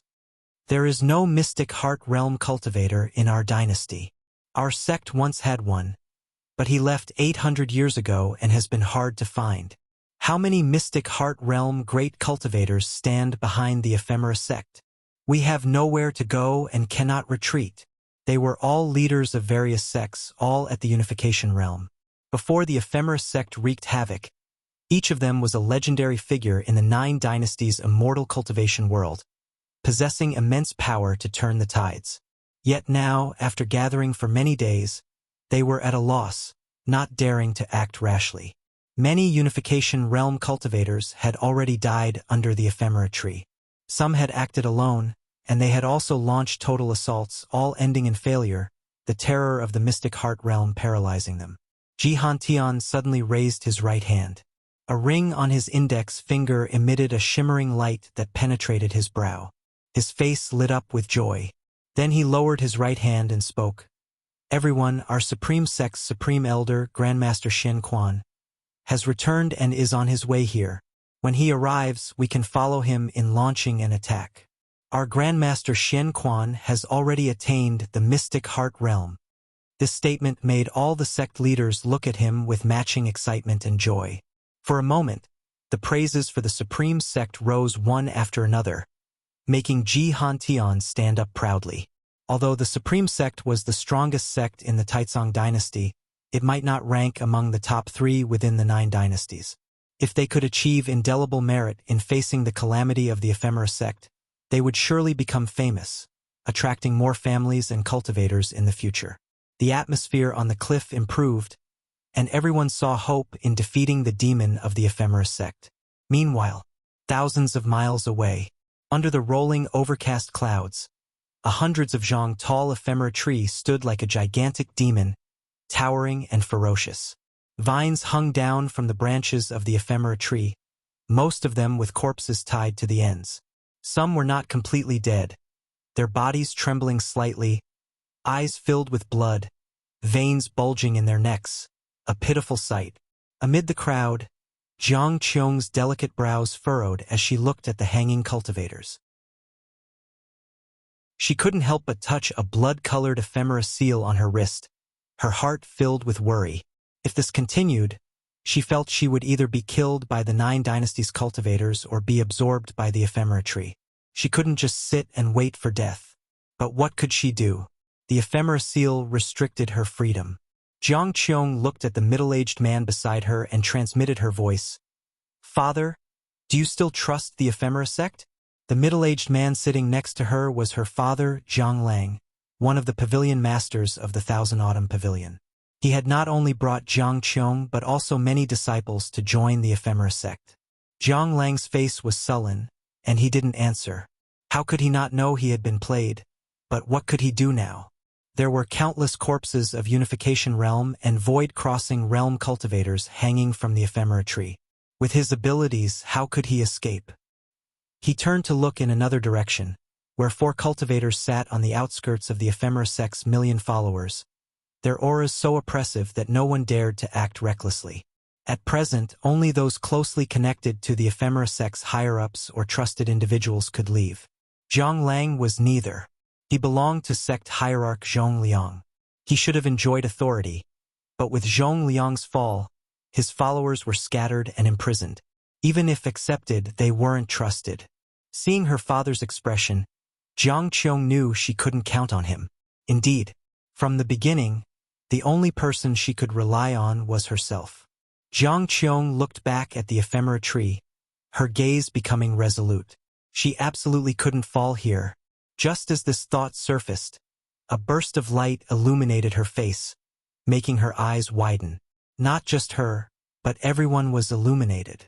The rolling clouds above the ephemera tree suddenly dissipated, revealing a nearly 1,000-mile-wide opening, with sunlight and scattered snowflakes falling through. The black-clad woman sitting on the array platform looked up, her eyes flashing sharply through her mask. Not just her, but the 4 great cultivators at the edges of the million-strong ephemera sect also looked up. Under the sunlight, the ephemera tree began to tremble, seemingly disliking the sunlight. "Who are you? Who dares to reveal yourself?" The black-clad woman stood up and shouted loudly, her cold voice echoing through the heavens and earth. A figure appeared out of nowhere high above the ephemera tree. It was Gu Wen, performing the 9 extremes yin-yang body. Gu Wen looked down at everyone below, catching sight of Jiang Qiong. From high above, the millions of followers of the ephemera sect looked like prisoners, sitting on the ground, with some cultivators standing on the outskirts, clearly there to guard the seated followers. Trusting the ephemera sect led to such a result. It truly was tragic. Gu Wen swiftly cast lifespan detection on one after another. A 2nd-layer Mystic Heart Realm, and 4 9th-layer Unification Realm. The ephemera tree beneath him had the same limited lifespan as the previous ephemera tree he had seen, and it was only a bit over 500 years old. To grow so quickly, how many people had it consumed?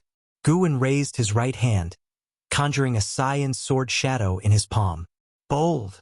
The black-clad woman shouted angrily, killing intent flashing through her eyes as she appeared beside Gu Wen in one step, a blood-red sword in her hand, slashing at Gu Wen. The sword strike seemed to unleash thousands of evil ghosts towards Gu Wen, blood light covering the entire sky in an instant. But it was only for an instant. Boom! The black-clad woman was sent flying, crashing through the ground after passing over the heads of 1 million followers, her life or death unknown. This scene shocked everyone. How could it be? Everyone cried out in their hearts. During this time, the black-clad woman had fully demonstrated her immense power, appearing nearly invincible. No matter how strong or renowned the attacking cultivators were, they were easily suppressed by her. Such a powerful being had no way to resist in front of this person. Gu Wen raised his left hand, and his index finger shot out a radiant beam, piercing through the swirling dust towards where the woman had fallen. An alert appeared in front of Gu Wen. "You successfully seized 47 years of Night Cultivator Fairies, 2nd-layer Mystic Heart Realm, lifespan. Not bad." Gu Wen's left hand reached out again, capturing the mystic heart of the Night Cultivator Fairy from afar. The mystic heart scattered the rolling dust, fell into his hand, and then he stored it in his storage bag. The 4 9th-layer Unification Realm Great Cultivators guarding the edges of the million ephemera sect followers saw the situation was dire and immediately fled in different directions. Gu Wen raised his hand, pointing 4 times. Breaking path divine light. 4 radiant beams shot out like falling stars. The gazes and divine senses of the million followers couldn't capture their trajectories, but everyone felt those 4 were doomed. The world fell into silence. The Thousand Autumn Pavilion has such a figure, Zhang Lang murmured. He was still in shock. Zhang Qiong was equally frightened. She was secretly glad she hadn't caused trouble in the Thousand Autumn Pavilion earlier. Sequential alerts appeared before Guwen. He released the cyan sword shadow in his right hand, pointing the sword tip at the ephemera tree. Feeling the threat, the ephemera tree trembled, releasing the corpses as the vines floated upwards. Under the watch of the million followers of the ephemera sect, a terrifying, twisted face emerged from the main trunk of the ephemera tree. What is that? A demon tree. It really is a demon tree. That face? We were deceived. No! Impossible. A deafening uproar erupted among the million followers. Unlike Zhang Qiong, most had come this far still harboring illusions or needing to cling to hope. Rumble. The ground quaked as enormous vines burst through and struck at Guwen, startling the crowd to soar into the sky, with some taking the chance to flee. Yet there were also those, including Zhang Qiong, who courageously charged into the Nine Nether Road. The cyan sword shadow in Guwen's palm burst forth with terrifying sword intent, descending like a divine weapon with dazzling light. That sword intent, sword Venerable Fudao. During her flight, Zhang Qiong looked up at Guwen in horror. Sword Venerable Fudao was that powerful. The cyan sword shadow, carrying the sword intent of the Taicang Divine shocking sword, fell. Cultivators barely lifted off, were unable to flee the battlefield before the cyan sword shadow descended on the ephemera tree. This time, the sword intent was overwhelming, forcefully suppressing the ephemera tree, reducing it to ashes from top to bottom. The sword shadow hit the ground, shattering it, creating faults spreading rapidly in all directions, resembling an expanding spider web from the sky. Guwen watched Zhang Qiong escape into the Nine Nether Road without stopping her. After today, Zhang Qiong would struggle to survive even if she stayed. He sensed dozens of Unification Realm auras rapidly approaching from a distance and immediately vanished. As for the million followers, Guwen had considered slaughtering them but feared many, like Yang and I and Liya, had been deceived or forced into the sect, making causality too complex, and he feared killing innocents. Wanton slaughter would be no different from the ephemera sect. He didn't want to be seen as a great demon and later besieged by all. Yet, even so, his earlier sword had still killed many cultivators. That was not Guwen's concern. Everyone must bear the consequences of their choices. Not killing them all was his way of exercising benevolence. Alert after alert appeared madly before Guwen, who vanished from the spot. The ground continued to crack, dust rolling into the sky, billowing and vast. Jihan Tian and the others rushed in from afar. The wind mixed with dust blew in their faces, and their divine senses had already detected the destruction of the ephemera tree. Ha ha ha! Our supreme sect's sword Venerable Fudao has taken action. Jihan Tian couldn't help but laugh loudly, boasting of sword Venerable Fudao's strength. Another supreme sect's cultivator? The sect leaders were moved. The previous sword intent had frightened them, making them feel it was impossible to reach such a height in a lifetime of cultivation. After the ephemera sect's destruction, they had to reassess the F. Chapter 119. Sword Venerable's Prestige. Lu Lingjun's guest Guwen walked into Mystic Valley, scanning the disciples' cultivation along the way. He spotted Chu Jingfeng meditating under a tree with a wooden sword standing before him. He suddenly became interested and turned around to walk over. "Brother Chu, what are you doing?" Guwen asked curiously. Chu Jingfeng opened his eyes and replied, "I'm contemplating my swordsmanship, trying to create a new sword technique." "Creating a sword technique? That's amazing. Why are you using a wooden sword? If you need a real sword, you can ask me." Guwen praised him and then took out a treasure sword from his storage bag. Chu Jingfeng's storage bag had long been confiscated, and the spirit stones he earned doing odd jobs were kept in his house. Facing the gift of the sword, Chu Jingfeng shook his head and said, "No need. I want to comprehend pure swordsmanship, deriving it from the heart rather than from the sword itself." It sounded quite profound. Guwen put away the sword and said with a smile, "If you need anything, just come to me any time." After speaking, he headed towards his attic. Chu Jingfeng watched Guwen's back, sensing his joyful mood. Though he is weak, he is always cheerful. Chu Jingfeng watched Guwen's back silhouette silently, feeling a tinge of envy in his heart. Born into a wealthy family, he ended up imprisoned due to the family's power struggle. If he had the choice, he would prefer starting as a servant disciple to avoid heavy burdens.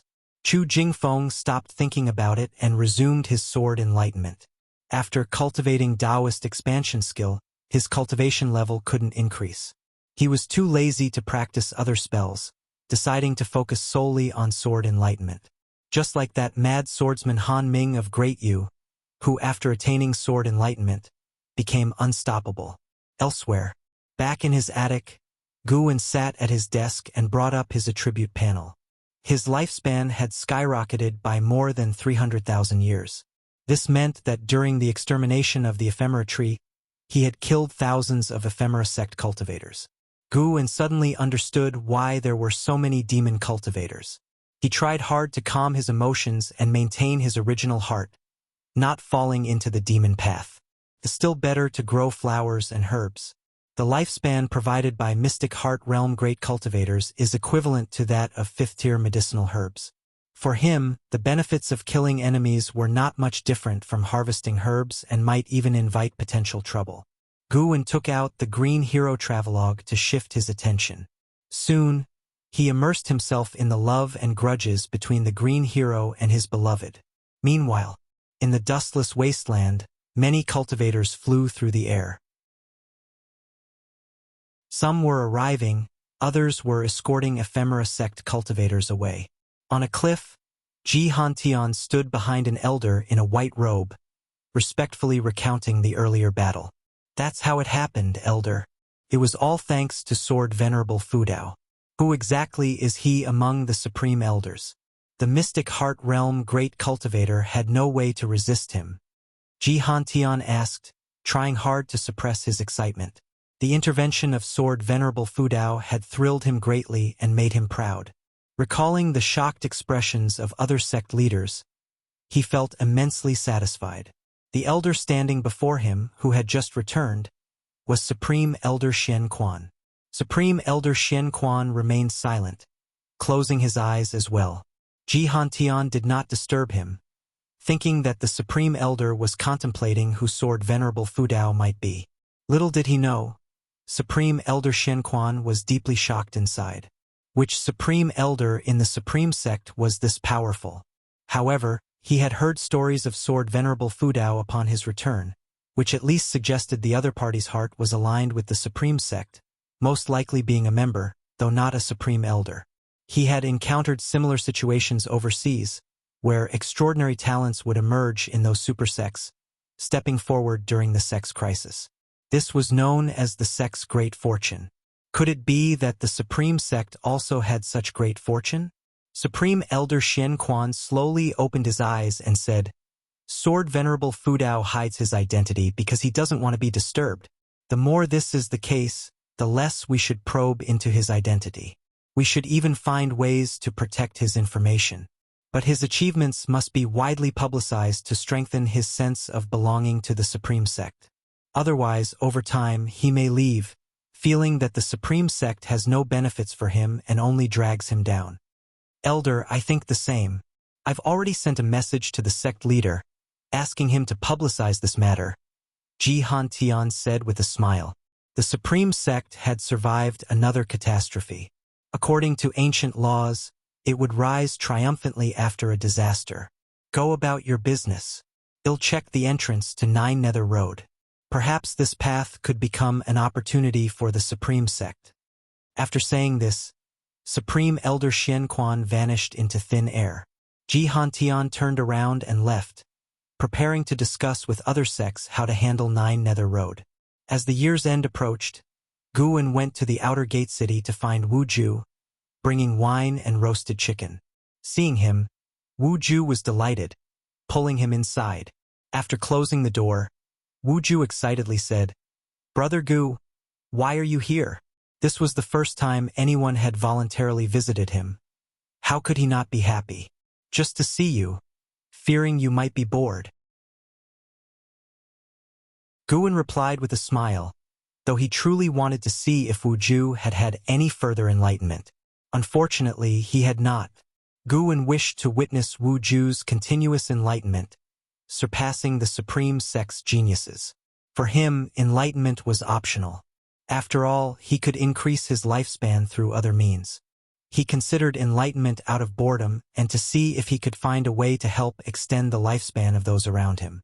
So far, enlightenment seemed quite difficult, not achievable merely through deep experiences or rich emotions. Wuju placed bowls and chopsticks on the table, while Guwen set down the wine and roasted chicken, observing the room and noting no changes. Wuju's cultivation had risen from Foundation Establishment Realm 2nd layer at the end of his enlightenment to Foundation Establishment Realm 4th layer. How long had it been? His talent seemed higher than that limited by extreme longevity. Judging by his living environment, it appeared Wuju had not sought another master. By the way, have you heard about Sword Venerable Fudeo's deeds? He single-handedly defeated the Ephemera sect. Unbelievably. Thousands of fellow sects couldn't vanquish that demon, but he killed it in 2 moves. He's even more impressive than Guyu from the Supreme Immortal Venerable. While pouring wine for Guwen, Wuju said with a smile. The Supreme Sect was already abuzz with Sword Venerable Fudeo's legend, and not just Wuju, servant disciples from the 3rd Medicine Valley and Mystic Valley were discussing it. Visiting Tianya Valley a few days ago, Luo Hun had also inquired about this. Of course I've heard, truly impressive. I wonder what he's like in person, Guwen said with a laugh. The two began discussing Sword Venerable Fudao, toasting back and forth, quickly finishing a jar of wine. Wuju pulled out a secret book from his pocket, saying, "Brother Gu, this is a fist technique I exchanged for all my savings. Take a look and practice it when you get home." Guwen hurriedly refused. "How can I accept this? No, I can't take advantage of you." "What do you mean, take advantage? You're my only friend, and learning some combat techniques is never a bad thing. I've come to realize that the immortal cultivation world is rarely peaceful for decades, with conflicts between righteous and demonic paths erupting frequently," Wuju said earnestly. Hearing this, Guwen had no choice but to accept. He began to read through the fist technique. Sunset Fist. After a quick look, Guwen memorized it all and returned the secret book to Wuju.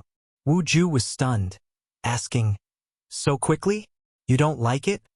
Guwen replied, "I'm not fond of fighting. This fist technique is too aggressive for me." Wuju smiled wryly. "When cultivators fight, it's a matter of life and death unless you stay in the Supreme Sect forever."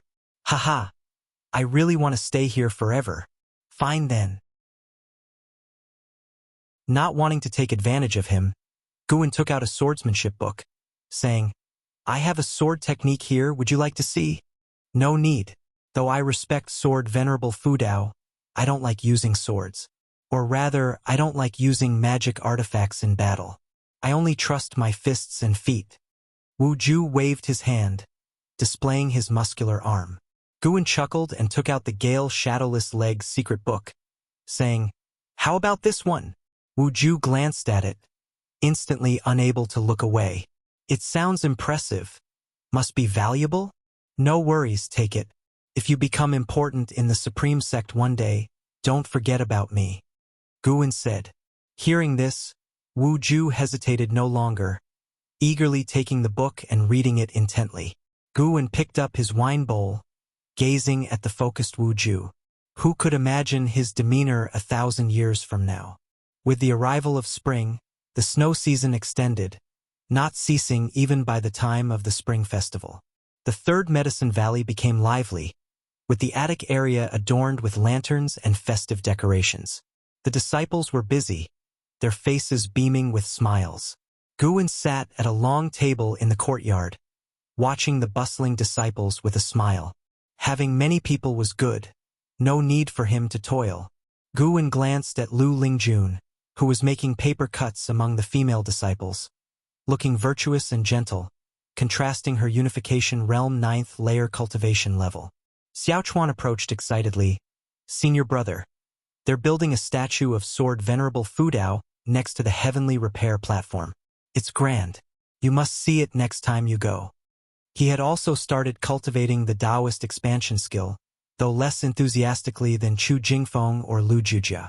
He had accepted his aptitude and enjoyed life honestly. Guan could only respect this, as forcing cultivation was not possible. Besides, practicing the skill seriously only delayed aging, not prevented it. Is that so? I should indeed take a look. Guan raised his eyebrows and smiled. The Supreme Sect's attitude pleased him, giving him due respect. Xiaochuan continued narrating changes in the outer gate as Guan sensed LV Baidian flying over. Soon, LV Baidian landed. Xiaochuan immediately got up and left, not daring to intrude. Let's talk inside, LV Baidian said, making his way into the attic. Lu Lingjun glanced over, curious. What was Gu An's true identity? Why did this Unification Realm 9th layer great cultivator constantly seek him? Could Guan be hiding his cultivation, not as weak as he appeared? These thoughts swirled in Lu Lingjun's mind, urging her to find an opportunity to talk with Xiaochuan. Meanwhile, inside, Guan shut the door, and LV Baidian placed a restriction, then sat down, asking, "There's a great opportunity. Do you want it?" Chapter 120 Sword Intent shocks the sect. No. Guan refused outright, thinking, how could the Supreme Sect have any opportunities after just experiencing a calamity? LV Baidian was stunned for a moment, not expecting such a blunt refusal. Instantly annoyed, he said, "You brat.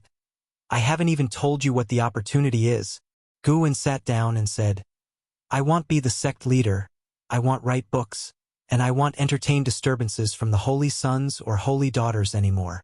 LV Baidian laughed in anger after hearing that. "In your eyes, am I that kind of person? I just don't want trouble. Did I wrong you? If so, I apologize." Guan said seriously. LV Baidian's face froze. Then he gave a faux cough and said, "Naturally, you have wronged me. I came to find you for other matters." "What matters?" "You must have heard of the Nine Nether Road. It has now been sealed off by the 9 dynasties working together, with each sect sending cultivators to guard it. Even the main lineage of the Ephemera sect would find it hard to shake. Now, the sects of the 9 dynasties are leading disciples to train on the 9 Nether Road, where demons roam freely. You can kill demons and seize treasures. Moreover, the spiritual energy is rich, making it suitable for cultivation." LV Baidian spoke slowly, which indeed surprised Guan. He hadn't expected the 9 Nether Road to be turned into a training ground like a secret realm. Guan asked, "Isn't the 9 Nether Road supposed to be dangerous?" "It is dangerous, so great cultivators will lead the disciples for training. I want to give you a spot so that when you enter the 9 Nether Road, someone will protect your life. You can cultivate, kill demons, or search for treasures. No matter what you do, someone will have your back. Isn't that a great opportunity? Furthermore, the Supreme Sect plans to build a city inside the 9 Nether Road for disciples to rest and cultivate." LV Baidian spoke passionately, full of ambition. He believed that if he developed the 9 Nether Road well, the Supreme Sect would soar to new heights, possibly entering its most prosperous period ever, and his status in the sect's history would rise accordingly. Guan listened carefully and thought it indeed seemed feasible. LV Baidian seemed intent on changing a long-standing trend where cultivators would leave the 9 dynasties' lands after reaching the Unification Realm to seek opportunities elsewhere. LV Baidian wanted to enhance the foundation of the Supreme Sect, making it stronger so future disciples wouldn't need to venture out for opportunities. The 9 Nether Road was his first step. He also planned to establish a sea route, led by the newly returned Elder Shen Quan. He spoke more and more passionately, almost declaring his intention to unify the continent. Guan listened with great interest, admiring LV Baidian's vision. The stronger the Supreme Sect, the better it would be for him to benefit from its shade. After a long while, LV Baidian finally ended his endless speech and looked at Guan, asking, "So, will you go?" Guwen shook his head and said, "I won't go. I need to stay and look after the Medicine Valley. Someone else can look after it as well. No, I can't relax. Honestly, I'm scared. I always feel the Nine Nether Road is very dangerous, and my combat ability is weak. I won't go. How about this, I give my spot to someone else, is that okay?" "You don't want to go, yet you want to give away your spot?" "I have contributed to the Supreme Sect too. This huge Medicine Valley, I didn't embezzle anything. Shouldn't you reward me?" Looking at Guwen's righteous look, LV Badian shook his head and smiled. After thinking about it, he still agreed to Guwen's request. Giving the spot to someone close to Guwen would still increase Guwen's sense of belonging to the Supreme Sect. LV Badian didn't believe he couldn't hand off the sect leader position. He was determined to give it to Guwen. In the long run, Guwen would eventually accept it. Thinking of this, LV Badian smiled, filled with anticipation. "How do you think the Supreme Sect can become the #1 sect of the 9 dynasties?" LV Badian suddenly asked, wanting to test Guwen while guiding him toward the mindset of a sect leader. Guwen answered directly, "Using force won't work. It easily accumulates hatred. We can use cultural infiltration. Just like the previous Outer Sect conference, the Supreme Sect could host various conferences in the future, such as formation, alchemy, sword competition, talisman crafting, etc. We should strive to make the Supreme Sect hold grand events that attract the attention of the 9 dynasties every few years. The initial investment might be huge, but once people get used to it, they will gradually recognize the Supreme Sect as the orthodox sect. Imagine if you just stepped onto the path of the sword cultivator and heard that the Supreme Sect's sword competition was a must-attend event, an opportunity to make a name for oneself. You would subconsciously think that the Supreme Sect holds a high position in the Sword Dao. When people frequently mention the Supreme Sect, or when the Supreme Sect becomes the most frequently mentioned sect by the populace, the Supreme Sect won't be far from becoming the greatest sect. Of course, the sect's own strength is the most important. Guwen spoke eloquently. After hearing LV Badian's long talk, he decided to pontificate. LV Badian soon became absorbed in listening, and seeing him paying close attention, Guwen became even more enthusiastic, discussing the details. It couldn't just be competitions of strength. It would be best to have other competitions of skills. These events could be held in different outer sect and inner sect cities, driving the economic development of these cities. He even proposed establishing various societies among the disciples, such as the Elixir Society and Swordsman Society, to facilitate disciple exchanges and allow disciples with leadership skills to hone their abilities. LV Badian was astonished. This boy writing Investiture of the Gods wasn't a coincidence. He truly had great talent inside. After Guwen finished speaking, LV Badian drank a bowl of tea in one go, feeling invigorated. LV Badian looked at him intently and said, "And you say you're not fit to be the sect leader?" Guwen waved and said, "I don't have the qualifications to be the sect leader. I don't have an illustrious background, nor do I have the courage or boldness to implement grand plans. At most, I can offer some advice. Execution is the hardest part. Guwen would never be sect leader." LV Badian smiled and then began to ask questions about the strategies Guwen had just mentioned, with Guwen patiently answering. An hour passed before they both walked out of the pavilion. LV Badian followed Guwen, still savoring Guwen's ideas. As soon as they went downstairs, he bid farewell, saying he wasn't in the mood for festivities. Guwen didn't try to persuade him to stay. Without LV Badian around, the festive atmosphere in the Third Medicine Valley became even more relaxed. After the new year, the matter of training on the 9 Nether Road quickly spread throughout the Supreme Sect. Treasures, heavenly materials, demon cores, spiritual energy. All kinds of benefits of the 9 Nether Road began to spread wildly. It was obvious that LV Badian, heeding Guwen's advice, focused on publicizing the specific benefits of the opportunities, stirring up the enthusiasm of the disciples and enhancing their sense of belonging to the sect.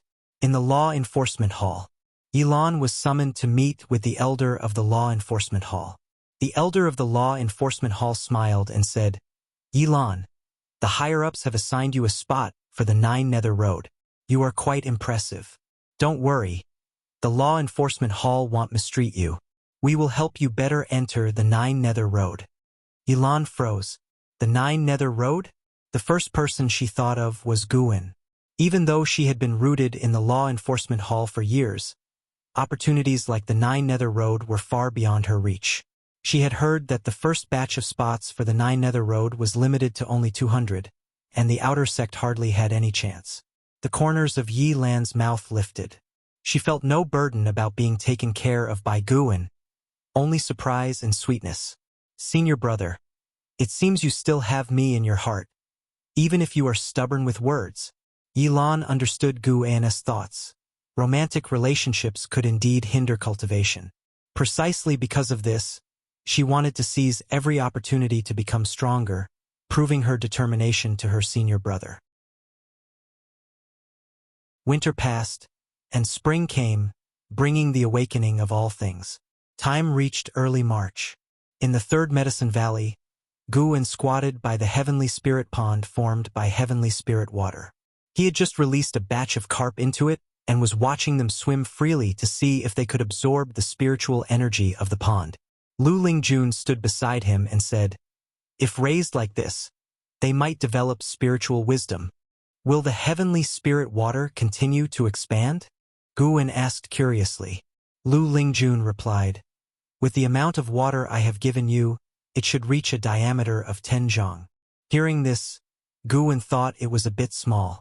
Just as he was about to speak, suddenly a sword intent came from afar, alarming the sky. Lu Lingjun's expression changed slightly. She turned her head, frowning. Guin looked up and saw thunderclouds rapidly rolling in the sky, heading towards the inner sect. The sword intent of the Taicang Divine shocking sword. Guin could feel Anhao's presence. Good boy, he's already mastered the sword intent of the Taicang Divine shocking sword so quickly. Guin felt both gratified and a bit shocked.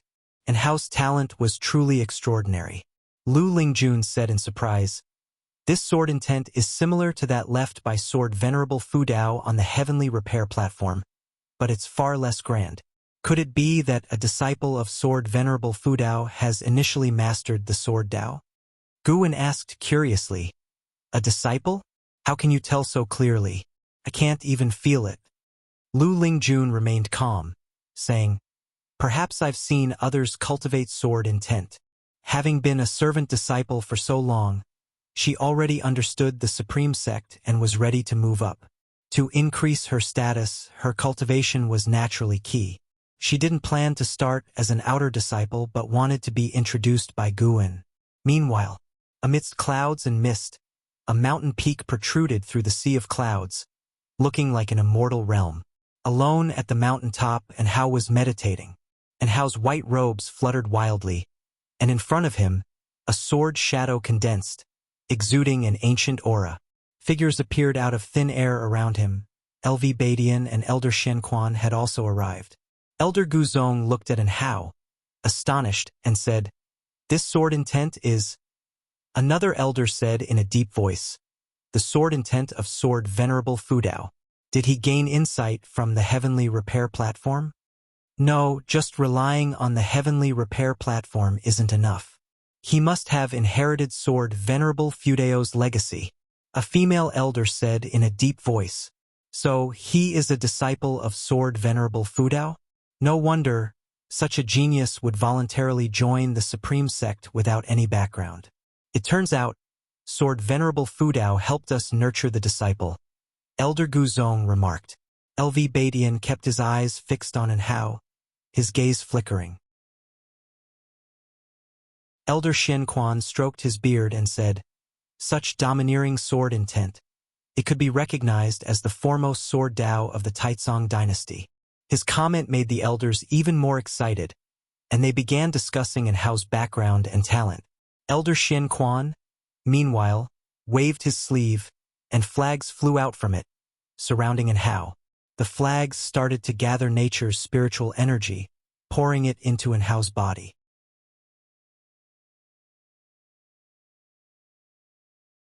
Chapter 121. The battle of the world's #1, and Hao's Taicang Divine shocking sword intent, shook the entire supreme sect, causing countless disciples to discuss it fervently. The sword intent lingered for several hours before it dissipated.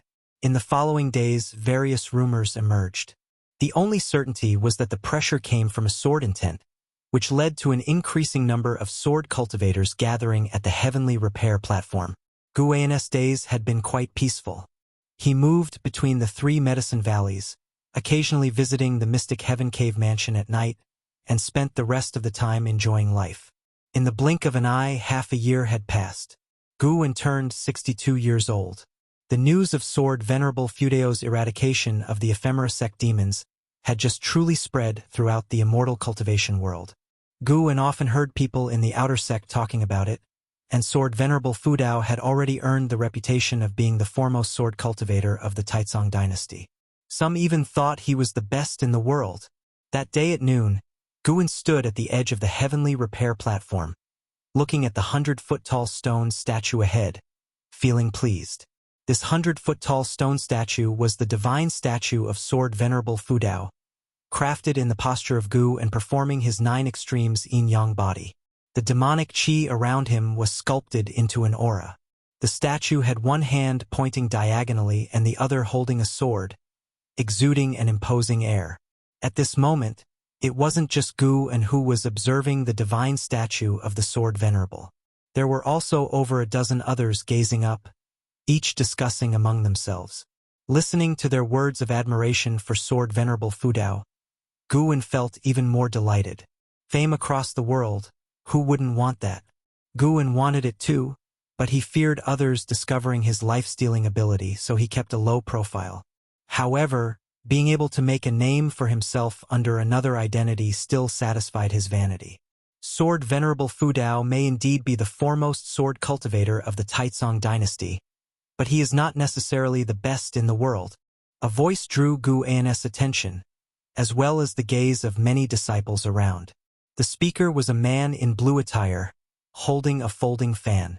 With an elegant demeanor and a handsome, calm face, it was as if the outrageous words just now hadn't come from his mouth. A burly inner sect disciple looked at the man in blue and said in a deep voice, "Oh? Then pray tell, who is the best sword cultivator in the world?"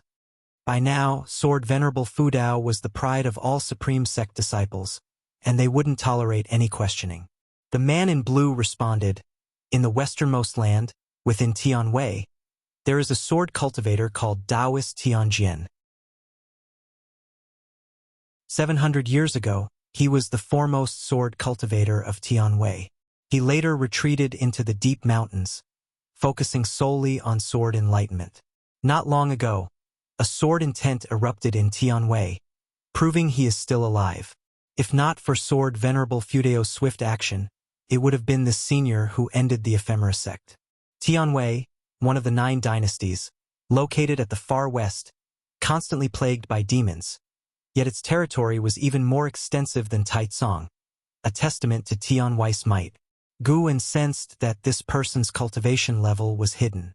On the surface, he appeared to be at the core formation realm, but had actually reached the divinity transformation realm. He cast a lifespan detection. Xia, divinity transformation 2nd level 289/800/1300, concealed cultivation, and boasting of Tianwei cultivators. This rascal must not be a disciple of the Supreme Sect. Guan remained silent, watching as the surrounding disciples verbally attacked Xia. Xia remained indifferent, facing the insults and slanders with calmness. Taoist Tianjian was indeed formidable and once renowned throughout the world. But that's ancient history. As a prince of the Tianwei imperial family, possessing the fire god blood lineage, to speak so recklessly within the Supreme Sect, are you inciting a war? A voice came, and everyone turned to see the mad swordsman of Great Yu, Han Ming, striding forward. Xia turned back, raised his hand in salute and said, "So it's the mad swordsman, senior. I've heard you've been in the Supreme Sect for many years. Are you planning to join the Supreme Sect?" He smiled gently, but his words were uncomfortable. "Humph, boy, if not for the favor your father, the Emperor, granted me, you'd be a corpse now. Do you think your divinity transformation realm cultivation can withstand my sword? Han Ming snorted coldly. Divinity transformation realm. Upon hearing this, the disciples who had previously insulted Xie all turned pale and retreated. Since that's the case, there's no need to pretend anymore. Xie smiled, then looked around and shouted, I am a disciple of Taoist Tianjian, a prince of the Tianwei dynasty. Xie, today, I am here on behalf of my master to issue a challenge. In 3 months, my master will personally arrive at the heavenly repair platform to seek instruction in swordsmanship from Sword Venerable Fudao. His voice echoed beneath the sky, audible to the entire city. Someone wanted to challenge Sword Venerable Fudao? Han Ming smiled. He was the first sword cultivator to seek instruction from Sword Venerable Fudao, reminding him, the ephemera sect has great cultivators beyond the unification realm. Does your master have such a level? Xie closed his fan and smiled. Of course, originally my father, the emperor, was going to ask him to deal with the ephemera sect. Unfortunately, he was a step too late. His tone was arrogant, as if Taoist Tianjian's victory over Sword Venerable Fudao was assured, further displeasing the supreme sect disciples. An elder appeared beside Xie out of thin air, said a few words using sound transmission skill, causing Xie's face to change slightly. He snorted, let's go. Anyway, the challenge has been issued. Whether or not Sword Venerable Fudao accepts it is his business. He then left with the elder. Guwen watched his departing figure, growing cautious. Sword Venerable Fudao had just thwarted the ephemera sect's conspiracy and was at the height of his fame. For someone to dare step forward now, they must be very capable. Guwen didn't dwell on it and turned to leave the heavenly repair platform, intending to check on Wu Ju. A month ago, Wu Ju's maximum lifespan had increased again, making Guwen even more interested in him and curious about the potential limit of his lifespan. Third Medicine Valley, inside a loft. LV Batian scoffed. Tianwei is quite ambitious, wanting to suppress the supreme sect to seize control over the Nine Nether Road. Though strong, Taoist Tianjian is courting death by coming to the supreme sect. A month had passed since Xie issued his challenge, and the upcoming duel had spread throughout the Taicang immortal cultivation world. Cultivators from various sects and regions were flocking to watch. LV Batian seized the opportunity to promote the Golden List in various cities. The so-called Golden List was a ranking of the world's most talented individuals under the age of 500, encompassing the 9 dynasties. Caused quite a stir. Guwen worriedly asked, will there be internal strife among the sects of the 9 dynasties? You can rest assured, the demon calamity is imminent, and no one dares to act recklessly. Furthermore, the main lineage of the ephemera sect may cause chaos on the Nine Nether Road. At that time, the sects of the 9 dynasties must unite. Otherwise, one-on-one, none can guarantee the defeat of the main lineage of the ephemera sect. That's precisely why Tianwei asked Taoist Tianjian to act, in the name of sparring to suppress us. LV Batian waved dismissively. Guwen asked again, if Sword Venerable Fudao kills Taoist Tianjian, won't it trigger a war? Just when Han Ming had come, now another one. Guwen couldn't tolerate it. This time, he needed to strike, preventing such troubles from arising continuously. Naturally not. If even Taoist Tianjian is dead, Tianwei will only be more wary of the supreme sect. It's best if Sword Venerable Fudao slays Taoist Tianjian. LV Batian snorted, a fierce look on his face.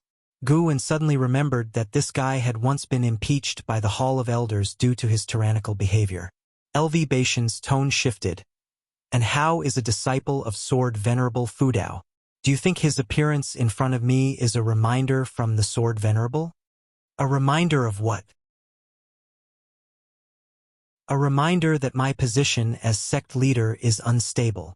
LV Batian's eyes turned deep, and his tone became elusive, making it unclear what he was thinking. Guwen couldn't help but laugh and said, if that's the case, hasn't Chu Tianqi already perished? LV Batian asked, do you think he hasn't? And how is exceptionally talented and must be favored by Sword Venerable Fudao? If it were you, would you send your most beloved disciple to a rival to become a sword? Guwen felt LV Badian was getting delusional. You have a point. LV Badian smiled. Seeing his smile, Guwen's heart skipped a beat. Wait, why was he asking him? LV Badian continued. And Hao's talent is so strong that once he fully grows, it will be easy for him to earn the respect of the entire Supreme Sect, just like that true inheritor. Kid, if you don't become sect leader, the position will be his. Wouldn't that be better? I don't want to be sect leader anyway. Guwen shook his head, and LV Badian smiled, saying no more. Then, Guwen inquired about Yilan's situation. The first group to venture into the Nine Nether Road had already set off. LV Badian reassured, Don't worry, I personally instructed the leading elder to take care of her. With the Qinghong sword, Guwen could always sense Yilan's situation. However, he would only intervene in her moments of peril. Normally, he didn't want her to be neglected or bullied. The two chatted a while longer. Before leaving, LV Badian left a book. After LV Badian left, Guwen picked it up to read. Defying Fate, Divine Skill. At dusk, Leah, carrying the North Sea heavy sword, walked to the edge of the heavenly repair platform, gazing at the divine statue of Sword Venerable Fudao with barely hidden excitement in his eyes. Ancestor, the primordial ancestor is indeed Sword Venerable Fudao. Leah screamed in his heart. The ancestor was also shocked, sighing, I thought he was the demon of the Thousand Autumn Pavilion? Ha.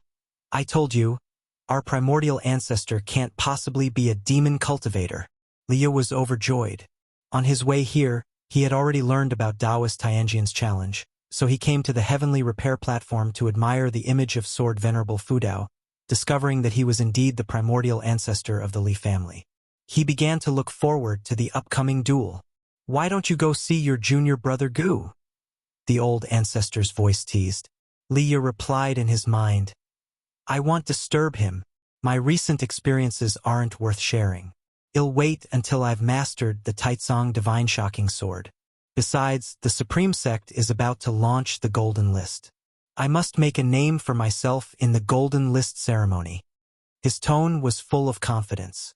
After consuming the Dragon Image Divine Primordial and learning the Taicang Divine Shocking Sword, his confidence had soared. 7 steps away, a figure approached, also starting to gaze up at the divine statue of Sword Venerable Fudao. Wu Ju. He looked at the divine statue of Sword Venerable Fudao, his eyes filled with sorrow. Master, you always respected Sword Venerable Fudao. It's a pity you can't witness the upcoming duel. Wu Ju thought silently, contemplating deeply. Gradually, he began to enlighten the path. Leah, after watching for a while, turned to leave. Wait! The old ancestor's voice suddenly rang out.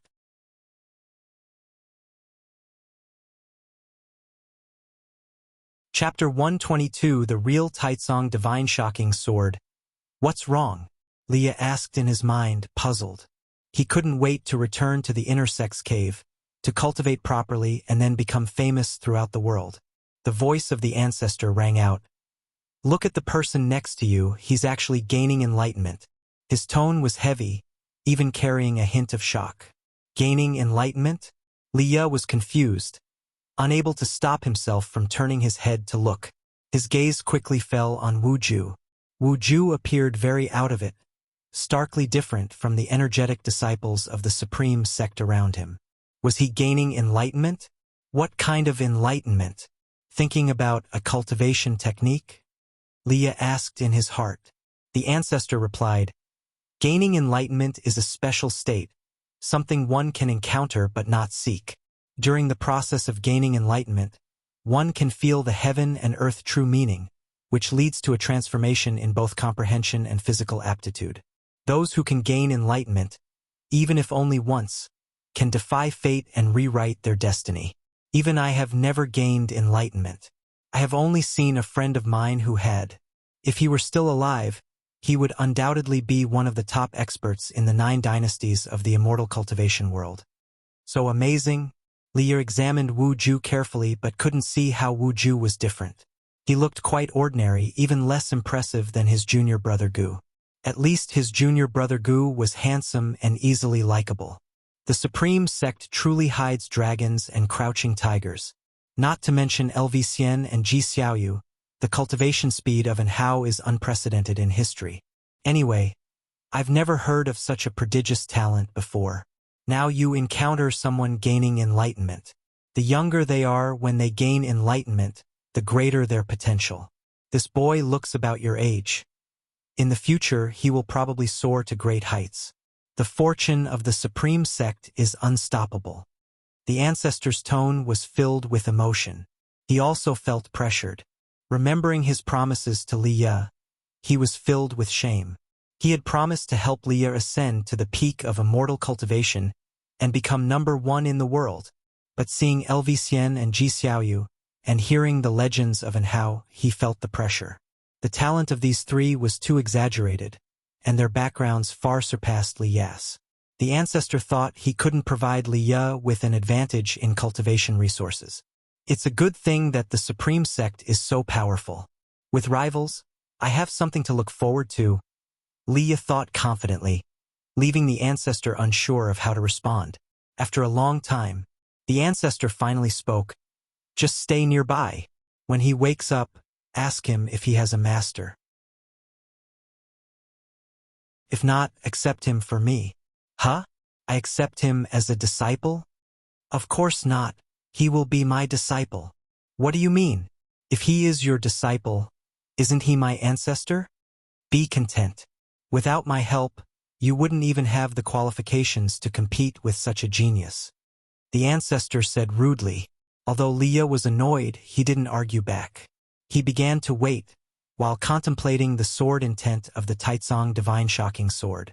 He waited for an entire night. The next morning, Wu Ju finally woke up.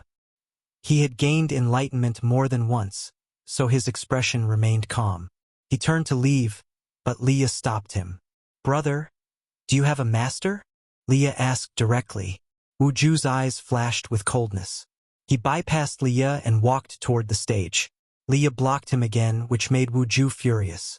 He raised his hand to push Liu away. Liu's physical body was strong. He was not afraid of this Foundation Establishment realm cultivator. Wu Ju's right hand pressed against Liu's shoulder. Feeling the strength of his opponent, he clenched his fist and pushed hard. Liu was caught off guard and was pushed back 2 steps. Before he could react, Wu Ju controlled his sword and flew away, making it difficult for Liu to chase him since causing trouble in the city was prohibited. How is this possible? Such great strength. Liu was shocked and bewildered. The ancestor sighed in his heart. It's a pity, don't chase him. Avoid making enemies. Liu lost his smile. As a core formation realm cultivator, he had been pushed away by a Foundation Establishment realm cultivator. He had taken the dragon image Divine Primordial, a treasure pursued by the demon clan. It was too humiliating. No way, I'm still not strong enough. Liu clenched his fists, his arrogance disappearing. In autumn, the outer gate city became bustling with activity. Guan and Wu Ju gathered in an inn, drinking and chatting, waiting for the upcoming battle. Wu Ju was complaining to Guan about meeting Liu last month. At the mention of Liu, he became furious, feeling that Liu had insulted him. Guan nodded after listening, saying, Indeed, it's quite odd, asking such a question out of nowhere. Never mind. Don't think about him. He is just a passerby in your life. You will become a genius eventually. Why bother with such a small role? Although the person Wu Ju spoke of was a bit despicable, Guan thought it wasn't worth holding a grudge. Wu Ju didn't need to worry about such small matters. When Wu Ju grew up, he couldn't imagine. Would he kill anyone he disliked? He didn't want Wu Ju to become such a person. Wu Ju nodded, saying, Naturally, I won't hold a grudge. I'm just venting to you. You are my only friend. Guan asked, When will you reveal your talent? The inn was crowded. Most people were chatting about Sword Venerable Fudao and Taoist Tianjian, not paying attention to them. Hearing Guan's question, Wu Ju shook his head. It's fine just like this. He didn't trust others, especially since there had been internal strife in the Supreme Sect before. The former sect leader even conducted a blood sacrifice on his disciples, making him wary of the Supreme Sect. Guwen took a storage bag from his waist and handed it to him. Wu Ju was suspicious, took the storage bag, and probed inside with his divine sense. His face turned pale, quickly pushing it back, saying, "Brother Gu, I can't accept this. How do you have so many?" He had always thought Guwen was an ordinary, lowly disciple like him, but didn't expect Guwen to have so many elixirs. Guwen smiled. "I am the Valley Master of Medicine Valley. These are elixirs I have refined. Just accept them. Am not too eager to become strong. I fear fighting the most. Growing flowers and plants is my joy, so the elixirs suit you better. When you become strong, you must protect me." "But this is too much." Wu Ju hesitated. "You said I'm your only friend. Just accept it. If you feel bad, consider me your elder brother. An elder brother is like a father. As your teacher, I will take good care of you. I have plenty of elixirs." Guwen made funny faces, making Wu Ju smile and glare at him. "I'm 2 years older than you. I should be the elder brother. Forget it, your temperament is not as mature as mine." They began to bicker, and the smile on Wu Ju's face grew wider. In the end, Wu Ju accepted the storage bag, secretly vowing to never let anyone bully Guwen in the future. They continued drinking. After 30 minutes, a loud voice echoed through the outer gate city. "I, Taoist Tianjian, have come to challenge the sword Venerable Fudao of the Supreme Sect." As the voice fell, a vast, majestic sword intent enveloped the entire outer gate city. Wu Ju's expression changed immediately, turning to look. Guwen had already sensed Taoist Tianjian's presence, so he remained unmoved. Taoist Tianjian was indeed very strong, even slightly stronger than the Night Cultivator Fairy of the Ephemera sect. He was estimated to have the cultivation level of the 4th or 5th layer of the Mystic Heart Realm. Reaching the Mystic Heart Realm, a small realm gap was difficult to surpass. No wonder Taoist Tianjian dared to come. Guwen stood up, saying, "I just remembered I have something to do at the Elixir Hall. I need to quickly get it done so I can watch the battle between Sword Venerable Fudao and Taoist Tianjian. They'll come find you afterward." With that, he hurriedly left. Wu Ju didn't have time to stop him. After going downstairs, Wu Ju leaned out the window and shouted, "Hurry up!" Guwen waved without turning back and quickly disappeared around the street corner. Taoist Tianjian has come. The outer gate city stirred, with more and more cultivators flying out, searching for Taoist Tianjian's figure in the sky. At this moment, a 10-zhang-tall sword, gleaming with white light, descended from the sky and hovered above the south city gate. Atop the sword's hilt stood an elder with the demeanor of an immortal, his hair white, garbed in white robes, with no sword or magic artifact in hand, his arms crossed behind him. He closed his eyes and began waiting. The news spread quickly, and disciples from all directions in Outer Gate City hurried over. LV Badian brought an Hao to the heavenly repair platform. Soon after, Shen Quan, Gu Zong, and other high-ranking members of the Supreme Sect appeared one by one. And Hao gazed curiously at Taoist Tianjian's figure. He now knew that his master was the Sword Venerable Fudao of the Supreme Sect. He came specifically to watch the fight, believing his master to be invincible, so he wasn't worried about his master losing. He just wanted to see how Taoist Tianjian would lose. Shen Quan stroked his beard, feeling emotional. Such profound sword intent and deep Tao level, as formidable as ever after 1,000 years. He and Taoist Tianjian were cultivators from the same era, having witnessed Taoist Tianjian's prowess, so he didn't underestimate him. The figures on the heavenly repair platform rapidly multiplied, and the vast platform quickly became crowded. Leah also arrived, standing on a rooftop, observing Taoist Tianjian from afar. Taoist Tianjian's aura was too overwhelming, giving people the feeling of facing an immortal descending to the mortal world, far surpassing the traveler of graceful crane. This made Leah somewhat nervous. "This old guy is something else," Liya remarked in his heart. Indeed, he might be above the unification level.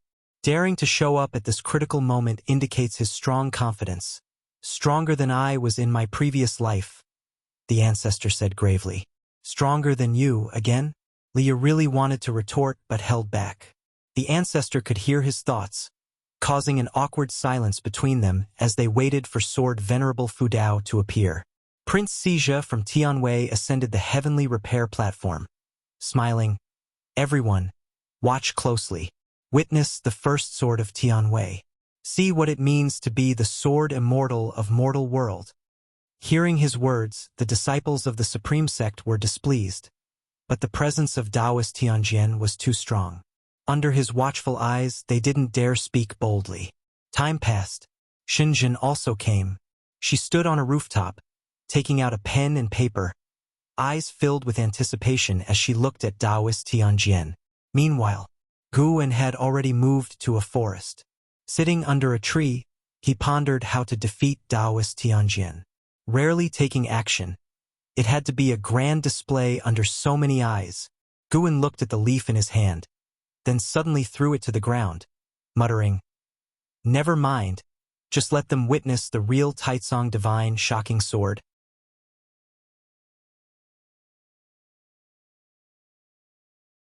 Chapter 123. Number 1 in the world. In the outer gate city, Taoist Tianjian stood motionless on a giant sword of white light. The autumn wind made his robe, white hair, and beard flutter, making him look transcendent as if he could ascend to immortality at any moment. The eaves of every building in the city were crowded with disciples, not only of the Supreme Sect but also cultivators from other sects and families, all eager to see who was the greatest sword master of the time. Billowing dark clouds surged from the horizon, swiftly covering the entire city, increasing the tension. Everyone dared not speak loudly, only whispering to each other. Wu Ju stood on an eave, facing the wind. The wind grew stronger, forcing him to cultivate energy to keep his hair from blocking his vision. What a powerful presence, truly like that of an immortal. Why hasn't Sword Venerable Fudao appeared yet? This battle can't be avoided. Even the Prince of Tianwei has come to challenge us. Don't worry, the Venerable will definitely come. Even the mad swordsman of Great you had to wait for a while when he challenged him before. What's the hurry? A good show needs to be savored. Listening to the discussions around him, Wu Ju's eyes were filled with longing. He wondered when he would achieve such prestige. In the future, he too wanted to have such a widely anticipated duel with the top experts of the time.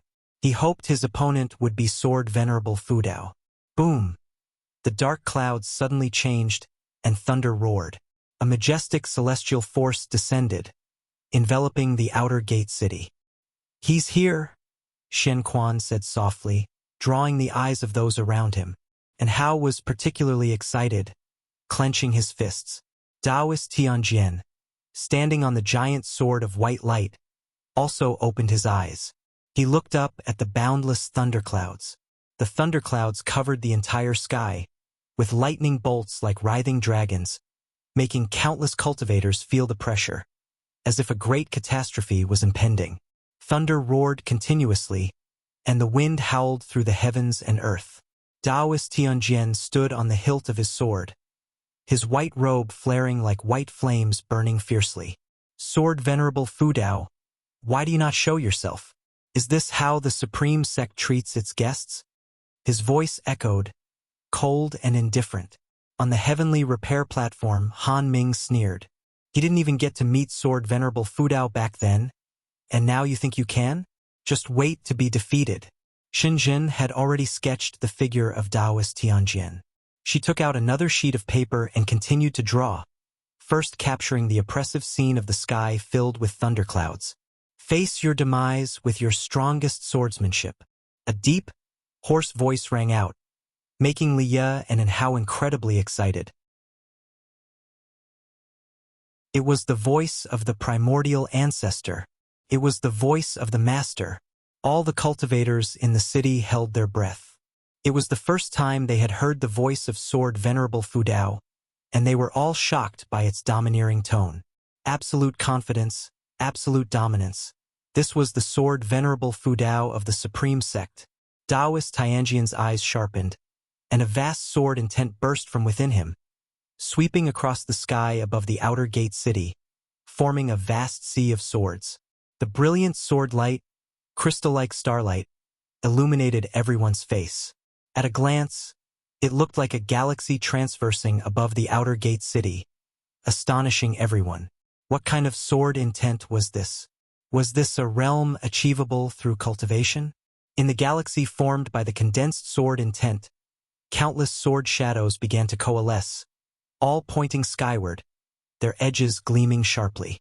At the same time, the thunderclouds above intensified in their churning, quickly forming a giant face, with only its facial features visible, leaving the true visage unseen.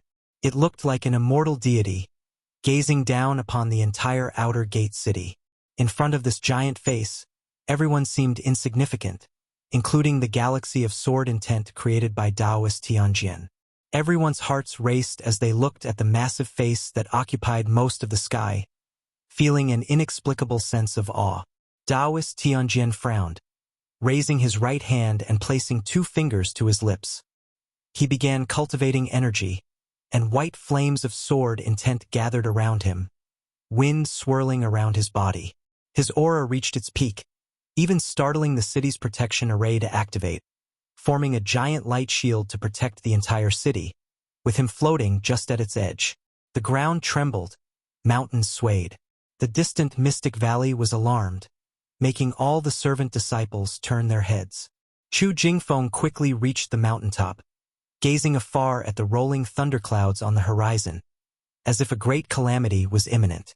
Not only from Mystic Valley, but even from the distant Tianya Valley, people were also alarmed. Lu Yun, meditating on the mountaintop, squinted towards the distance, his hands tightly clenched in his sleeves. At this moment, this seeker of the sword Dao felt his insignificance. On the heavenly repair platform, the prince of Tianwei, Xijia, also became tense. Although sword Venerable Fu Dao had yet to appear, the giant face in the sky was so terrifying that even he couldn't imagine what kind of power could crush the oppressive might of this giant face. Heavenly sword, rise!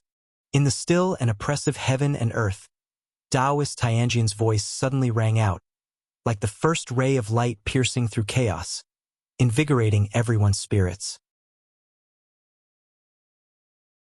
Taoist Tianjian thrust his right hand towards the sky, causing countless sword shadows floating in the galaxy of sword intent to rise together, converging, grand and spectacular. At this moment, the giant face in the sky suddenly opened its third eye on its forehead. A sword light shot out from the third eye, seeming like the light of the heavenly Tao, descending with unparalleled celestial might. Boom! The 2 terrifying sword intents collided in mid-air, causing the world to resonate. Countless cultivators' senses trembled, their visions blurred, and various noises filled their ears. Their divine senses felt a burning sensation, instinctively retreating. Mystic heart, LV Badian muttered as he gazed up at the unparalleled battle. His face was illuminated by 2 kinds of strong light, divided into upper and lower layers. The light below was silvery white, while the light above was dimmer, yet it continually devoured the silvery white light below. Taoist Tianjian's expression changed dramatically. His opponent's sword intent far exceeded his expectations. Impossible! Could he not be of the mystic heart realm? He thought in disbelief. At this moment, the sword light from the third eye of the giant face suddenly grew stronger, shattering his sword intent and descending upon him with a speed surpassing lightning. His white hair and robe flared. He stared with wide eyes, his body turning rigid. In his pupils, a figure could be vaguely seen gazing down at him, as if an immortal deity watching over an ant. In the eyes of all onlookers, Taoist Tianjian's sword intent lasted only for the span of 2 breaths before it was instantly shattered. The vast galaxy of sword lights was crushed, forming countless silver fragments floating inside and outside the city. The scene was so visually overwhelming that cultivators of all realms were moved. Xian Quan's eyes widened, his heart churning with waves of shock. He had the highest realm and saw everything clearly. The gap between Sword Venerable Fudao and Taoist Tianjian was immense. Taoist Tianjian was no match for Sword Venerable Fudao at all. He could even confirm that when Sword Venerable Fudao first attacked, he deliberately held back. Otherwise, he could have killed Taoist Tianjian in an instant. Taoist Tianjian first showcased his strong sword intent to emphasize how terrifying Sword Venerable Fudao's sword was. At least Xian Quan was frightened, unable to fathom the true strength of Sword Venerable Fudao. Siege's pupils dilated, and his face was filled with disbelief as he looked at Taoist Tianjian. Before Sword Venerable Fudao acted, Taoist Tianjian was the number one in the world in his eyes. Yet, this number one in the world had been defeated so utterly. The mad swordsman of Great Yu, Han Ming, fell into a stupor. The strength demonstrated by Sword Venerable Fudao made him feel ashamed, realizing how overconfident he had been before, and how smiled broadly, trying to suppress his urge to cheer. Leah stood on the eaves, dumbstruck by what he saw. Shenzhen quickly regained her composure and swiftly sketched the scene of Taoist Tianjian's dreadful defeat. The wind howled as Taoist Tianjian fell backward. His mystic heart was shattered, and his primordial spirit was continuously breaking apart. It was hopeless, and he couldn't even speak anymore. Yet his face showed a satisfied smile. The number one sword in the world. I have witnessed it. Taoist Tianjian's eyelids grew heavier. His gaze remained fixed on the giant face in the sky. Even when he closed his eyes, the corners of his mouth lifted into a smile. With a thud, Taoist Tianjian's body fell in front of the South City Gate, stirring up a cloud of dust. The overwhelming oppressive force covering the entire world dissipated, and the giant face formed of thunderclouds in the sky vanished as well. Boom! The entire city shook. The sounds of uproar and exclamations erupted like thunder from a clear sky. Everyone became excited. The cheers, shouts, and exclamations merging into a deafening roar. My heavens! It ended with one strike? Ha ha ha! I told you. Sword Venerable Fudao couldn't be defeated. The gap is too vast. Actually, Taoist Tianjian is really strong. Before Sword Venerable Fudao acted, I really thought he was the number one in the world. Yes, that vast sword intent even made my sword want to unsheath. Listening to the voices from every direction, Wu Ju also felt excited. It was a pity Guan wasn't around. He wouldn't be able to express his emotions alone. Just then, he saw Guan leap up from the street, hurrying toward him. Seeing this, Wu Ju's face immediately broke into an excited smile. My heavens! Did you see that just now? It was incredible. Guan hurried to Wu Ju, excitedly exclaiming. Wu Ju responded enthusiastically. I saw it! I saw it! He grabbed Guan, starting to exclaim in awe, just as excited as the others in the city. On the heavenly repair platform, LV Badian looked at Gu Zong and instructed, increase the publicity for the Golden List Assembly. The top rank can get the Supreme Sect's secret manual of divine skills. Gu Zong nodded, unable to suppress the smile on his face. LV Badian then turned to another elder, saying, initiate the plan for the world's first sword society. Start spreading the word. The top 10 in the world can observe Sword Venerable Fudao's sword intent and obtain his Sword Dao legacy. The elder nodded but suddenly thought of something, hesitating to speak. There were too many people around. Some things couldn't be asked directly. The entire outer gate city was even more bustling than during the New Year, or rather, the city had never been this lively before. Stroking his beard, Xian Quan gazed out and sighed. The Supreme Sect is destined to rise. And Hao closed his eyes, carefully savoring Sword Venerable Fudao's earlier strike. Mysteriously, he seemed to grasp something, falling into deep contemplation. As if sensing something, Xian Quan suddenly turned to look at An Hao, as did everyone else. When they saw An Hao's state, they were all moved. This boy!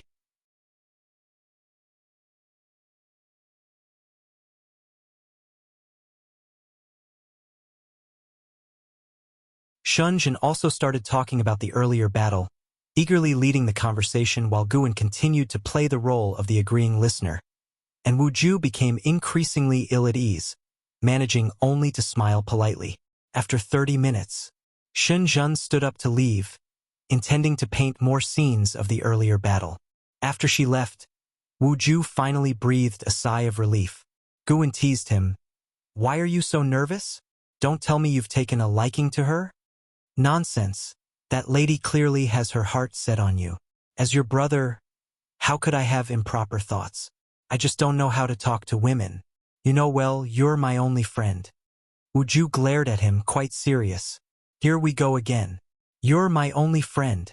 Guan shook his head and laughed. Having one more friend means having one more path. Walking alone in the immortal cultivation world is tiring. "I know. It's just that I'm not good at making friends." "Then what about us? We hit it off right away. It wasn't about making friends. It was destiny." "Hey, you brat, you sure know how to talk to me." Guan laughed heartily. With him, Wuju was confident and not the least bit nervous. They talked until dusk before parting ways. Guan then went back to Mystic Valley to see his disciples. He noticed Chu Jingfeng sitting silently on the mountaintop and decided not to disturb him. If Chu Jingfeng could achieve path enlightenment, it would be a good thing. However, path enlightenment wasn't easy. And Hao and Wuju were once-in-millennium talents. Not everyone could compare to them. After spending an hour in Mystic Valley, Guan visited the Third Medicine Valley. The Third Medicine Valley was much livelier than Mystic Valley, as it had 10 times the number of disciples. Guan chatted with the disciples for a while before returning to his loft, preparing to read and soothe his mind. Deep into the night, footsteps could be heard outside the door. Soon, a voice came in. "Valley Master, I have something to discuss with you." Lu Lingjun. She even used the sound transmission skill. Guan put down the supreme secret records in his hands, placing the investiture of the gods over it. He spoke. "Come in." Lu Lingjun pushed open the door and, after closing it, cast a restriction on the door. Guan was astonished, looking at Lu Lingjun in surprise. Lu Lingjun turned around, walked to the table, raised her hand in salute to Guan, and said, "Valley Master, I deeply apologize for hiding something from you before." "Your cultivation level?" Guan asked nervously. Lu Lingjun said, "Truthfully, I'm at the Void Crossing Realm." Void Crossing Realm. Guan stood up abruptly. Lu Lingjun quickly said, "Valley Master, I mean no harm. Listen to me first." Upon hearing this, Guan's expression changed several times before he slowly sat down. Seeing Guan sit down, Lu Lingjun smiled and said, "I hid my cultivation level because I don't know much about the Taicang dynasty. I come from a very far place. While exploring a great powers cave, I encountered a mysterious formation and got transported here. Unable to find my way back, I decided to settle in the Supreme Sect. I hope the Valley Master could help introduce me." Guan asked in surprise.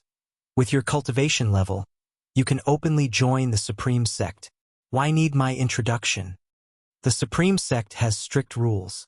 With my cultivation level, I can only become a guest elder, which means years of waiting. I noticed the Valley Master has connections. With your help, I could avoid decades of struggle," Lu Lingjun said seriously. As she spoke, she took out 3 bottles from her sleeve and said, "These are heavenly spirit water as a token of gratitude. I hope the Valley Master likes them." Seeing this, Guan's expression turned stern. "This is nonsense. If you do this, it will seem as if I only helped you because of your gift. What would people think of me?" He gathered the 3 bottles in front of him. Lu Lingjun laughed and said, "How could that be? These heavenly spirit waters are only to thank the Valley Master for your care during this time." "I see. You've been thoughtful." Guan smiled with satisfaction and then motioned Lu Lingjun to sit down. He began to explain some matters to her, mainly about the structure of the Supreme Sect, pointing out the importance of family influence to avoid making enemies. Initially, Lu Lingjun didn't take it seriously, but as she listened, she realized Guan was genuinely considering her situation and she became earnest. Autumn passed and winter came, covering the third Medicine Valley in snow. On this day, LV Batian came to visit Gu, and seeing his figure, Lu Lingjun knew her opportunity had arrived. Guwen didn't disappoint her. Half an hour later, Guwen and LV Batian came downstairs, and Guwen waved to Lu Lingjun from afar. She quickly approached them, and LV Batian sized her up and said, "Guwen has told me everything. Follow me to get your disciple token replaced." Lu Lingjun immediately thanked LV Batian and bowed to Guwen. Guwen smiled and nodded, then watched them fly away. Xiaochuan came over, astonished, and asked, "Why did Lu Lingjun leave? Didn't you notice she flew very fast?" Guwen asked, then turned to leave. Xiaochuan was puzzled and followed him, asking, "What do you mean? Wasn't it that elder who flew her away?" Xiaochuan: "Yes, senior brother. Sometimes having a big heart is a good thing. Keep it that way." "Huh." Guwen ignored Xiaochuan and walked towards the heavenly spirit pond. Watching the carp in the pond had become one of his pleasures. Earlier, LV Batian had sought him to discuss the Golden List Conference and the world's first sword society. Not wanting to exhaust himself with future military strategies, he hadn't offered many opinions, so LV Batian hadn't stayed long. The coming days should be peaceful for many years, Guwen thought to himself. In the cold winter, the news of Sword Venerable Fudao killing Taoist Tianjian with a single strike began to spread across the 9 dynasties, and the Supreme Sect used this momentum to negotiate with other dynasties to expand their influence. Though the process was difficult, the Supreme Sect's high-ranking officials didn't feel tired. From top to bottom, everyone felt a surge of energy, knowing that the Supreme Sect was on the rise. With the strongest cultivator in the world backing them, how could the Supreme Sect not dominate the 9 dynasties? Years flew by. 5 years passed swiftly, and 67-year-old Guwen walked out from the elixir hall. He paused at the entrance, looking back and sighed gently. Zhu Qinglu was no longer there, having retired. Though the new elder was very respectful to him, Guwen still felt somewhat uncomfortable. Old friends were gone, and new people had arrived. Guwen turned back and blended into the bustling street. In 5 years, the Supreme Sect had risen, evident from the increasing number of disciples in the outer gate city. The Golden List Conference had become famous worldwide, and in 5 years it would be held at the Supreme Sect. It was said that the Supreme Sect invited 100 clans from the 9 dynasties to lead the event, which would attract more and more geniuses to participate in the future. Guwen suspected that the Ji family and the Gu family had contributed significantly, but of course other families also wanted to invest in the Supreme Sect. Having more paths to tread was always beneficial. As Guwen walked through the streets, he could hear the discussions of disciples passing by. Many famous talents' names filled his ears, with and Hao being mentioned the most frequently. Last year, and Hao went down the mountain to gain experience and developed a grudge with the demon path.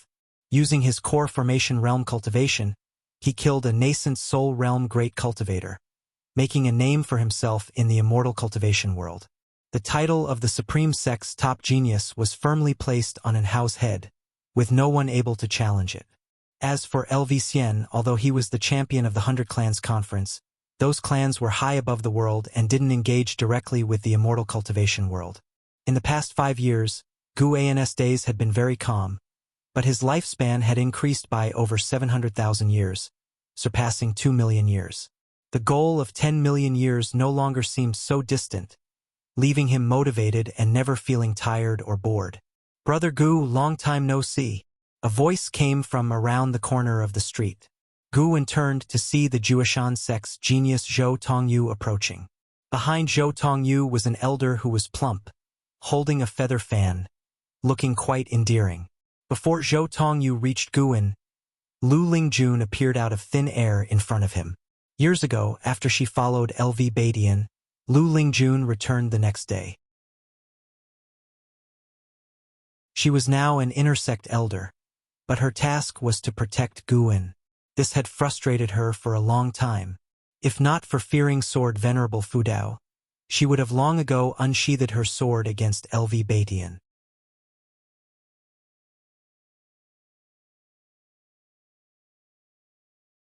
Chapter 125. Golden List's Note. Ghost in the Night. The person behind him is not simple. Lu Lingjun used the sound transmission skill to remind Guwen, her gaze bypassing Zhou Tongyu, to look at the fat elder behind him. Guwen had already seen the opponent's cultivation level but still cast a lifespan detection. Zhou Li, Unification Realm, 7th layer 1478/3000/3100 surname Zhou again. Guwen was curious. When Zhou Tongyu came last time, there was no great cultivator following him. Zhou Tongyu looked at Lu Lingjun and smiled. Brother Gu, it's been many years, and you have experts protecting you. It seems you have done quite well these years. Guwen smiled and asked, I wonder if Brother Zhou is here to participate in the Golden List tournament this time? Indeed, this time, I aim to take the top spot and become famous. What do you say, a spar at your Medicine Valley? Zhou Tongyu asked with burning eyes. Although it had been many years, Gu An's cultivation level was still mediocre, but he felt Guwen had his strengths. Guwen shook his head and said, Forget it. I won't ask for trouble now.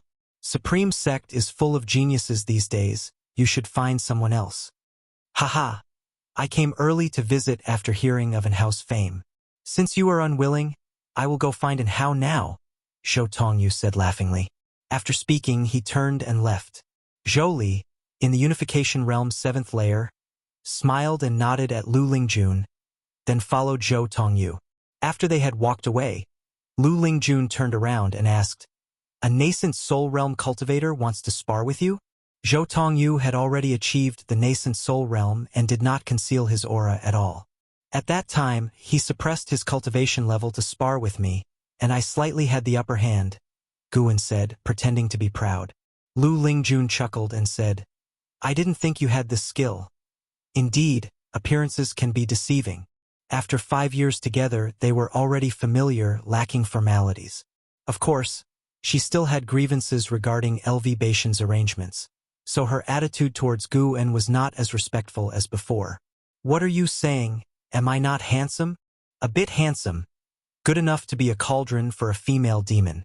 Cough, cough. You are a female cultivator. Please mind your words. Guwen gave Lu Lingjun a sidelong glance and then walked forward. Since Lu Lingjun was sent back, her temperament had changed, and Guwen felt awkward. Knowing he was at fault, he could only compromise. Blame LV Badian. What kind of arrangement was this?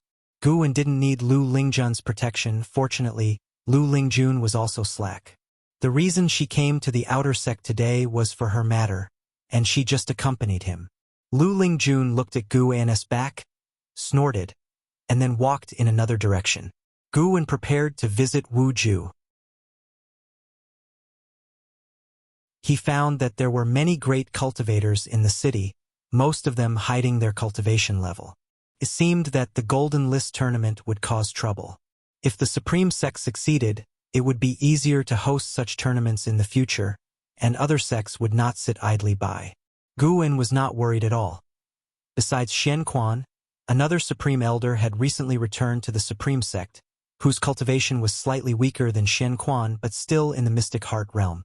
With 2 Mystic Heart Realm Elders guarding, it would not be easy for other sects to shake Supreme Sect. In 30 minutes, Guwen arrived at Wu Ju's courtyard.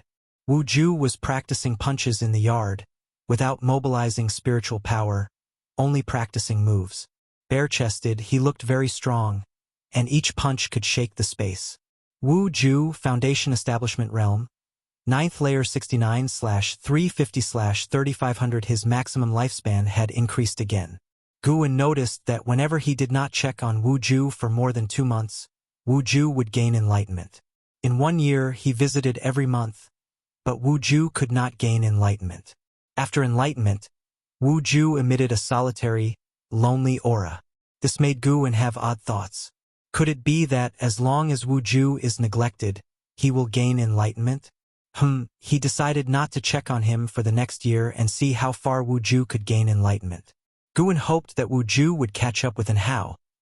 This way, An Hao would have more rivals and not become overly arrogant. Smooth sailing was not always good. Seeing Guwen, Wu Ju glanced at him without making a sound. Look what good thing I brought you, Guan's voice came. Upon hearing, Wu Ju reluctantly walked towards Guan and asked, "What good thing?" Guan took out an invitation from his storage bag, with golden edges and a red background, engraved with 4 large characters. Golden List Tournament. How do you have this? Wu Ju asked in surprise. The Golden List Tournament was not for everyone. Participants needed certain fame and had to pay 10 top-grade spirit stones for an invitation. The rewards for the Golden List Tournament were also very rich. The top 100 winners all received prizes, with higher ranks yielding better rewards. Wu Ju had naturally heard of it and envied those talents. Guan smiled proudly and said, "I put in a lot of effort, but with my cultivation level it's useless to participate." Wu Ju shook his head. Guan comforted him, "Don't worry, the Golden List Tournament compares talent, not cultivation level. As long as your strength in the same realm is strong enough, you can stand out." Really?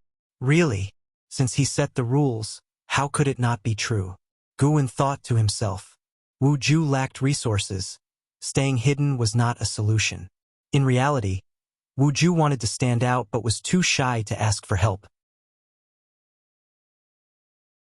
Wu Ju accepted the invitation, hugged Guan, patted him heavily on the back, and then grabbed his shoulders, saying, "Brother, I won't talk much, but I promise not to disgrace you." Having gained enlightenment several times, Wu Ju could feel his changes, developing confidence that was slowly altering his personality. Confidence of a strong person. Guan smiled and said, "There are still 5 years. You must focus on cultivation. I won't see you again for the next 5 years." Wu Ju was startled. "Why? What will keep you busy for 5 years? It's a sect matter not convenient to discuss." Guan shook his head. Could it be because of this invitation?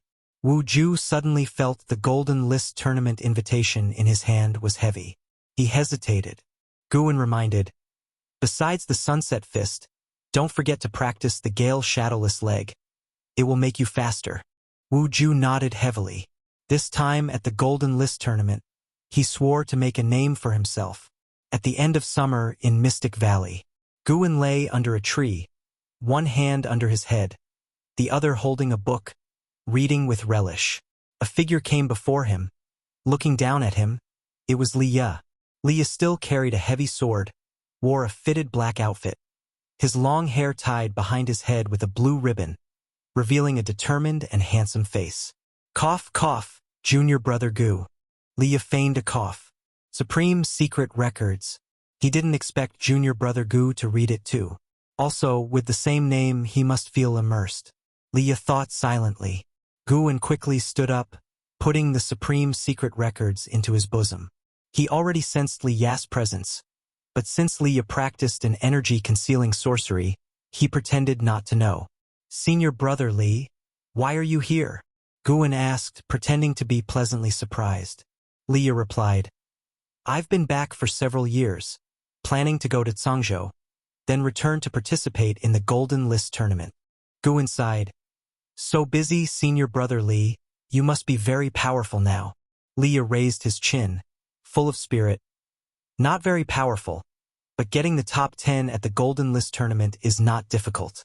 Deserving of senior brother Li, the pride of our Mystic Valley." "Indeed. Haven't you been injured over the years?" "Of course not. Since I parted ways with you, I haven't bled." "Your senior is not the same as before," Liya said seriously. Such a show-off.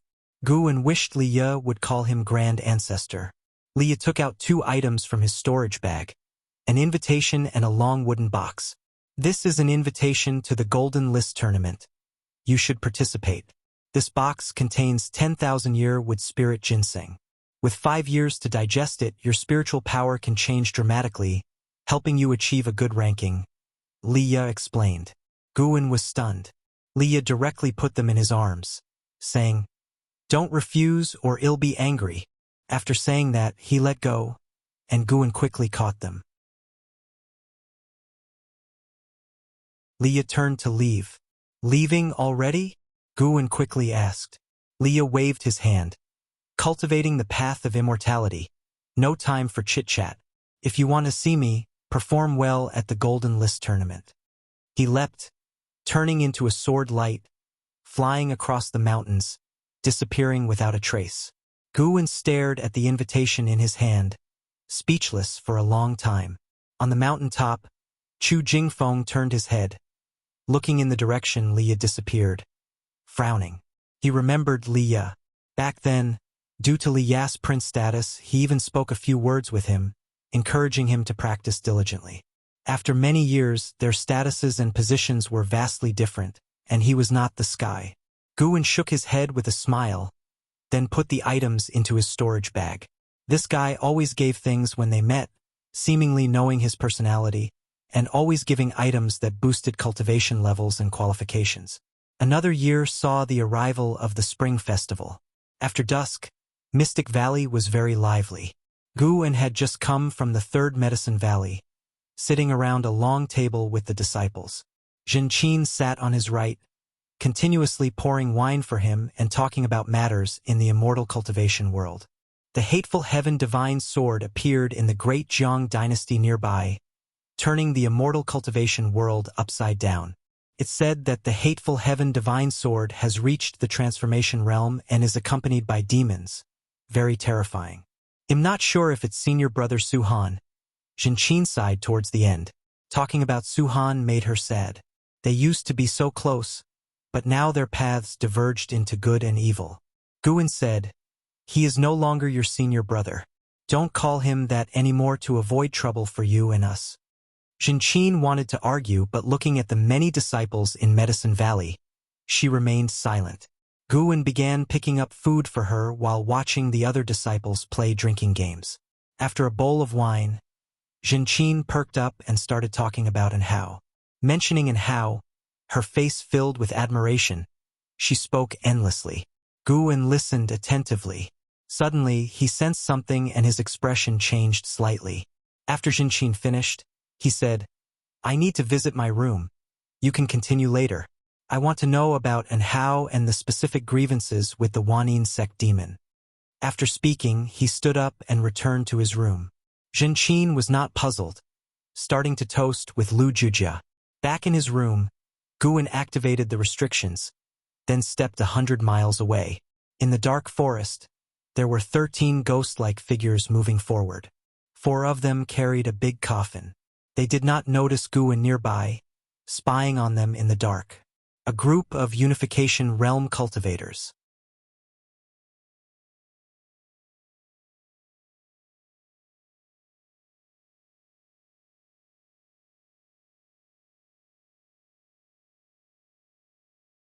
The name of the evil emperor did not sound like anything good. And still playing dead, hiding in a coffin, clearly harboring a world-shattering plot. Guwen raised his hand, and the immortal king crown flew into his hand. He did not grab it directly but instead attached spiritual power to the immortal king crown, avoiding physical contact. He looked at Li Shoyo and asked, "Do you know the evil emperor?" Upon hearing this, Li Shoyo was momentarily stunned, then quickly said, "To be honest, this skeleton is indeed the remains of the evil emperor. 5,000 years ago, there was internal strife within the ephemera sect, and the evil emperor was plotted against by a villain, poisoned, and unable to gather spiritual power. In desperation, he put on the immortal king crown and was instantly drained of vitality, turning into a skeleton. As a result, the immortal king crown was listed as a forbidden artifact by the ephemera sect, and no one dared to touch it. In that case, why do you dare to bring this thing to me?" Guwen's tone revealed bone-chilling killing intent. Li Shoyo said calmly, "If one masters the Taicang Divine shocking sword, the immortal king crown would recognize its master upon sensing the sword intent. The one who created the crown is the same person who created the Taicang Divine shocking sword." Guwen continued to ask, "What is the relationship between the ghost mother of ephemera and the evil emperor?" "The ghost mother is a descendant of the evil emperor. Why would she bring her ancestors' remains to me? Isn't she afraid of offending me?" The ghost mother hates her own bloodline. When she was young, her father turned her into an evil ghost, so she looked for the descendants of the Li family. The Li family has nothing to do with her bloodline. The founding ancestor of the Li family was only a disciple of the ephemera sect. She wants others who inherit the Taicang Divine shocking sword to seize the position of sect hierarch of the ephemera sect and complete her revenge. How dare you be certain you could find me? The ghost mother said that as long as we approach the outer gate city where the heavenly repair platform is located, you would detect us, even if we concealed our cultivation levels, because of the vast difference in cultivation levels. The energy concealing sorcery used by Li Shoyo and the others was indeed formidable, and only Guwen could see through it. Until now, they had not revealed a trace of their aura. Guwen continued his questioning, and Li Shoyo answered one by one. After half an hour, Guwen pondered, "I will accept the Immortal King crown. You can leave now." Li Shoyo flipped his hand and took out a short flute, saying, "This is the 9 nether flute. As long as you blow it, we will come at once, waiting for your command. From now on, you are the sect hierarch of the ephemera sect, at least in our hearts." Guwen raised his hand to take it, then used divine sense to inspect it. After confirming that there were no surveillance or reverse tracking restrictions inside, he put it into his storage bag. He jumped down from the coffin, signaling the 9 Nether 13 Evil to leave. The 9 Nether 13 Evil all saluted him before lifting the coffin and leaving. Guwen did not immediately return to the valley but instead sat cross-legged under the tree, placing the Immortal King crown in front of him. According to Li Shoyo, tens of thousands of years ago, there was an immortal dynasty in the mortal world, where everyone could practice immortal cultivation. At that time, there was no emperor, and the ruler of the immortal dynasty called himself the Immortal King, ruling over land immortals and gods. Later, the immortal dynasty met with calamity, with continuous natural disasters, cultivators encountering heart demons one after another, plagues spreading, leading to its extinction in just 10 years. The Immortal King survived, but the immortal dynasty no longer existed. He did not dare to call himself an immortal anymore, not challenging the heavens' might. In the following years, his descendants founded the ephemera sect, with one of the hierarchs creating the Taicang Divine shocking sword. The sword intent shocked the heavens, bringing about a heavenly tribulation, hence its name. This hierarch believed he had reached the realm of his ancestor, the Immortal King, but still could not achieve immortality. So, as his life was reaching its end, he forged the Immortal King crown with his own cultivation. This crown contained the power of the Immortal King. Successive hierarchs studied it but couldn't subjugate it, only bringing misfortune upon themselves. Guwen used divine sense to probe the Immortal King crown, but even with a Mahayana realm 9th layer's cultivation, he could not penetrate it. He dared not test it with his own sword intent. Even if Li Shoyo was telling the truth, this method might not be genuine. After all, no one had succeeded before. After much thought, Guwen felt that this item was too dangerous to keep around. He stood up, used the limitless freedom step, and quickly arrived at the North Sea mountain. He dove directly to the bottom of the North Sea, buried the Immortal King crown and the short flute in the seabed, and set restrictions on them. He planned to research them after breaking through several major levels in the future. After all, Guwen did not need to rely on the power of the Immortal King crown. After finishing everything, Guwen quickly returned to Mystic Valley and continued celebrating with his disciples. After the 9 Nether 13 Evil left, Guwen's life returned to peace, and no one came to disturb him again. 3 years quickly passed. Guwen reached 70 years of age. One day in Tianya Valley, Guwen just finished picking medicinal herbs, feeling good, and personally took the herbs to the storehouse. As he exited the door, he saw LV Xian approaching.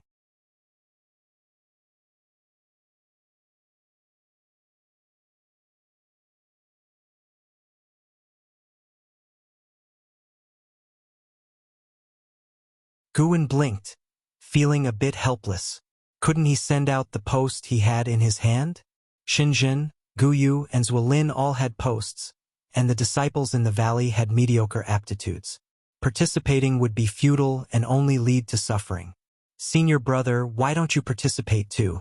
Although your cultivation level isn't high, Your strength is far from simple, Yilan said with a light laugh, remembering that Gu An's leg technique was very strong. Since Gu An's cultivation level hadn't increased, he must have spent most of his time practicing his leg technique, which made his strength undoubtedly formidable.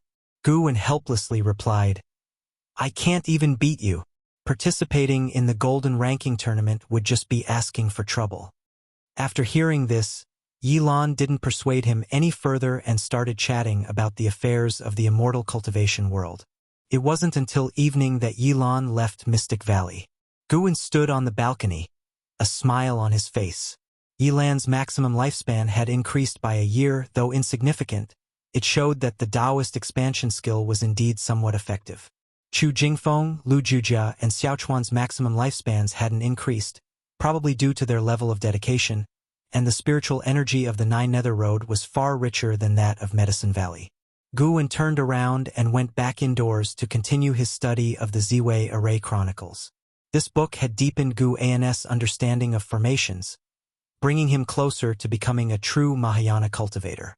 Mahayana cultivators were not only accomplished in their cultivation but also had rich life experiences and knowledge in various supplementary paths.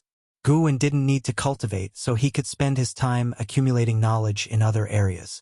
That night, Gu An sneaked to North Sea Mountain, hid under a tree, and opened the lifespan barrier, then invested 5,000 years of lifespan into the Taoist expansion skill.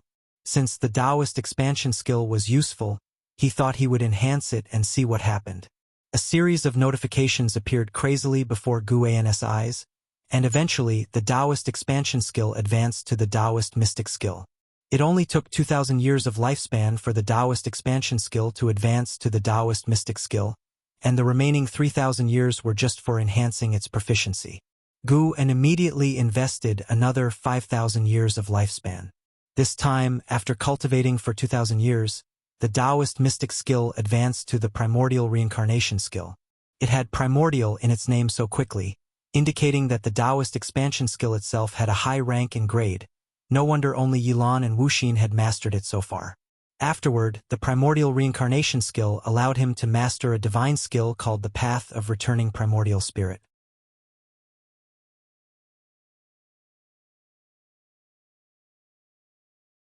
Heavenly Destiny.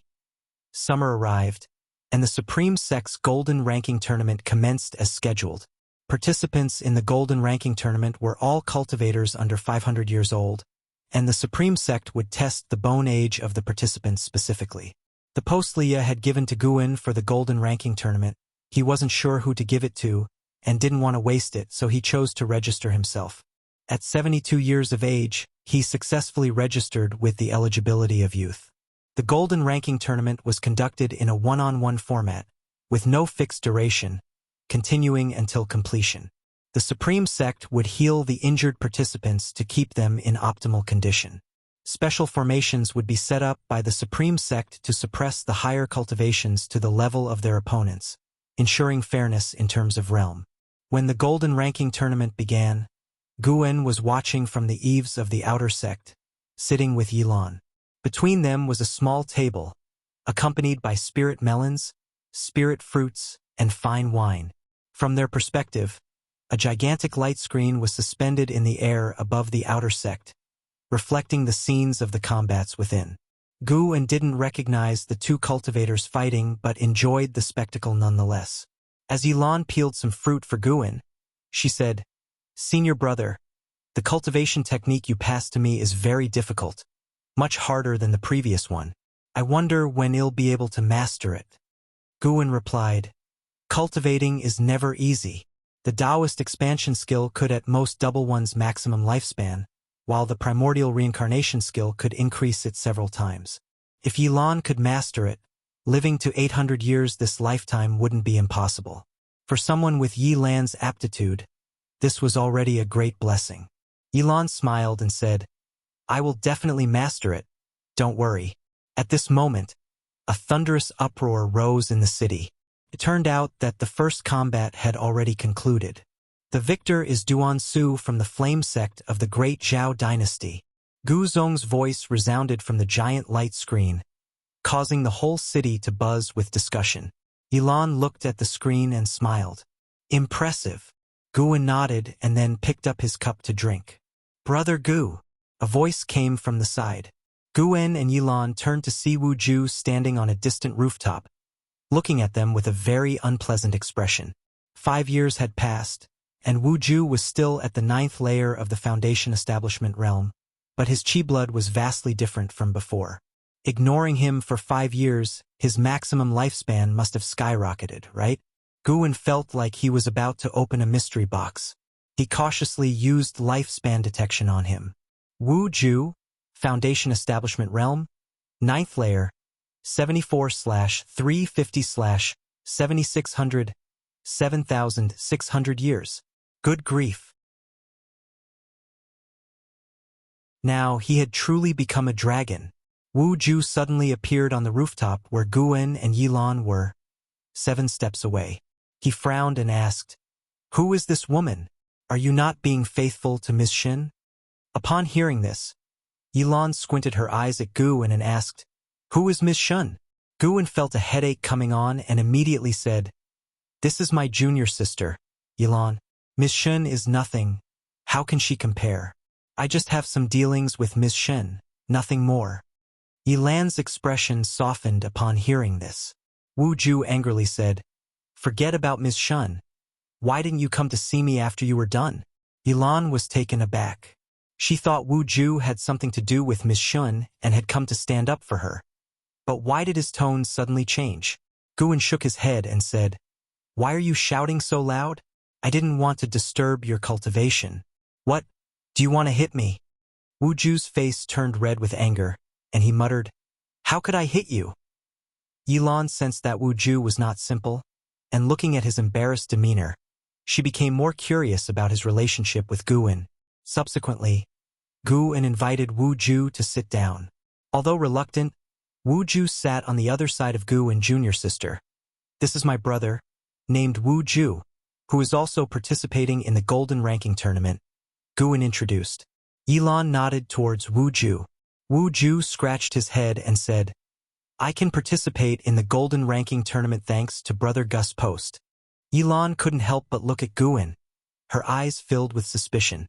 Senior brother's methods were quite impressive. He registered himself, but he could also get a post for someone else.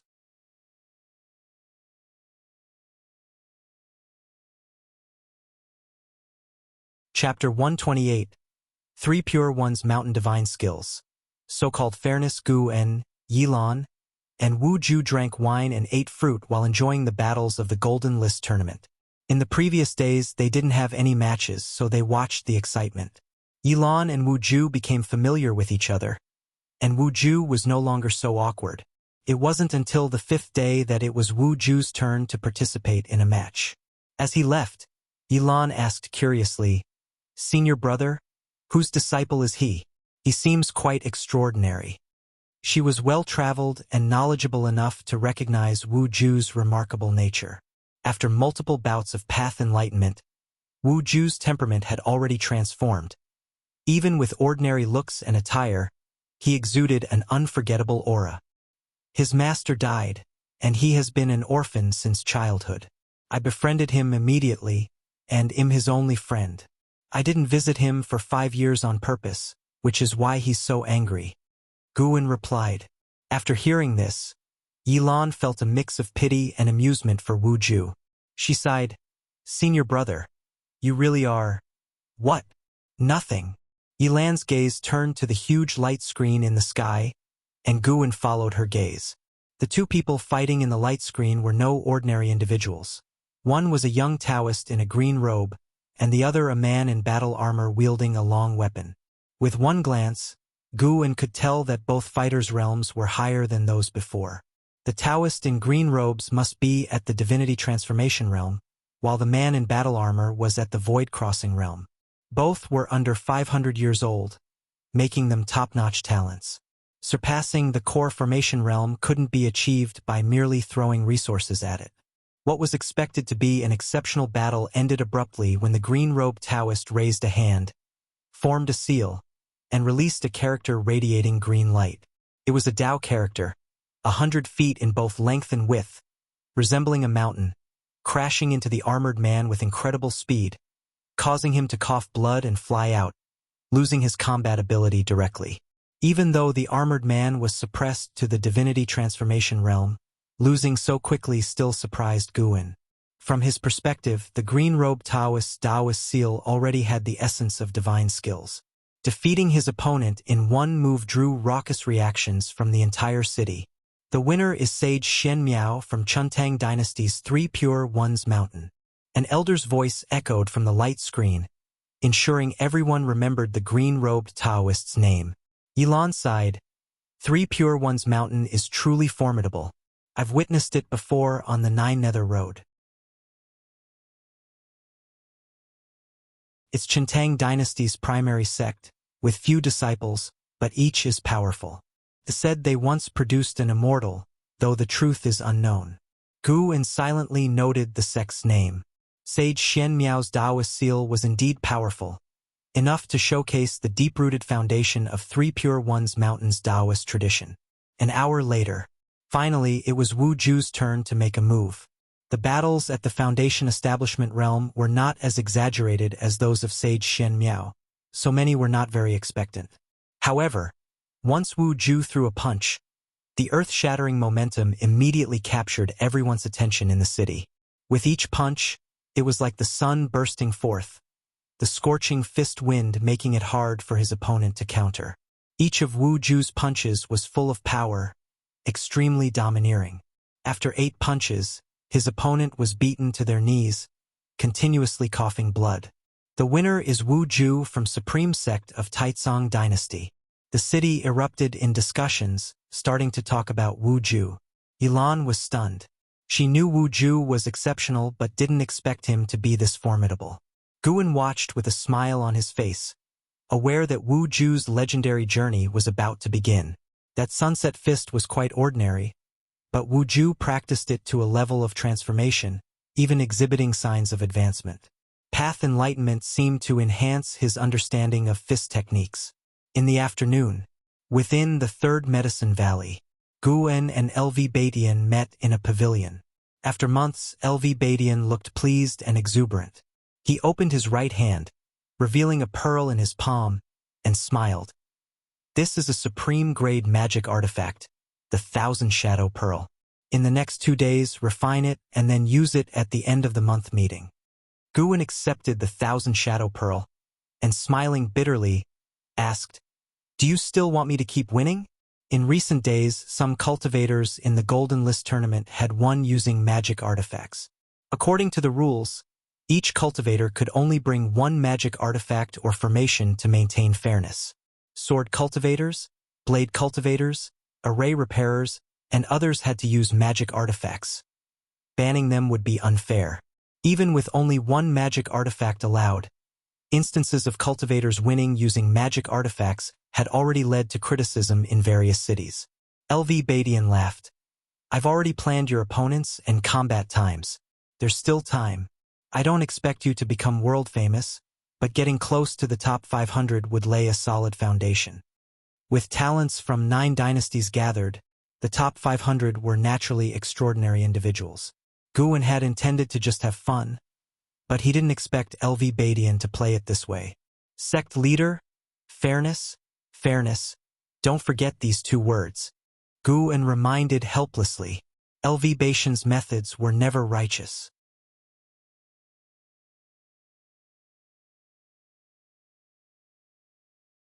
"Yes, I might attain enlightenment," Xinjun said proudly, smiling.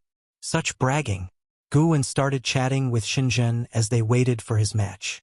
Suddenly, a woman teleported in, her aura catching Guan's attention. Ghost Mother of Ephemera. Why was she here again?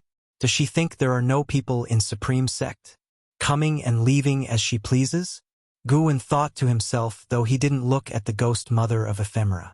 Although the Ghost Mother wanted to make him the sect hierarch, he still felt strongly against her. There was no helping it. She had even brought a void-crossing realm 5th layer evil creature before him. If he hadn't had lifespan detection, he wouldn't have noticed the evil emperor was not dead. Too dangerous. The Ghost Mother had transformed into another woman, seemingly using possession techniques. She also didn't pay attention to Guan, possibly not even remembering him.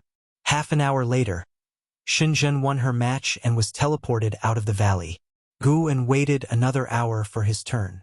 His opponent was weak, merely a core formation realm cultivator. Suppressed to the foundation establishment realm, Guan acted through several moves before using the Thousand Shadow Pearl to defeat him. To the spectators, the fight was quite dull, with only a few remembering Guan. Just like that, summer passed and autumn arrived. Guan had 3 combat matches, winning narrowly each time. By now, there were still 1,000 participants remaining. Supreme Sect didn't mind the time at all. During this period, spirit stone profits in each city doubled, making a massive profit. After 3 months of combat, a batch of geniuses had already emerged, the most illustrious being and how unparalleled. He hadn't even used the Taicang Divine Shocking Sword, but used spells learned from Supreme Sect to overpower all opponents. Following were LV Xian, Sage Shen Miao, and other talents from various dynasties. Every dynasty among the 9 had someone renowned in the Golden List tournament. Ji Xiaoyu hadn't participated, but other Ji family disciples performed strongly. The Golden List tournament had spread across the 9 dynasties, capturing the attention of cultivators worldwide, significantly boosting Supreme Sect's reputation among the other 8 dynasties. Within the Taicang dynasty, the sects from other 8 dynasties also became famous, probably one of the reasons for their response. For Guan, the Golden List tournament was just a diversion, not caring much about the outcome. Initially finding it entertaining, his interest waned over time, leading him to focus on cultivation. On this day, a rumor spread before the Golden List tournament. And Hao versus Liya. Liya had also showcased his strength, proving himself, considered to have top 100 potential. Facing an Hao, who was assumed to claim the top spot, naturally drew much attention.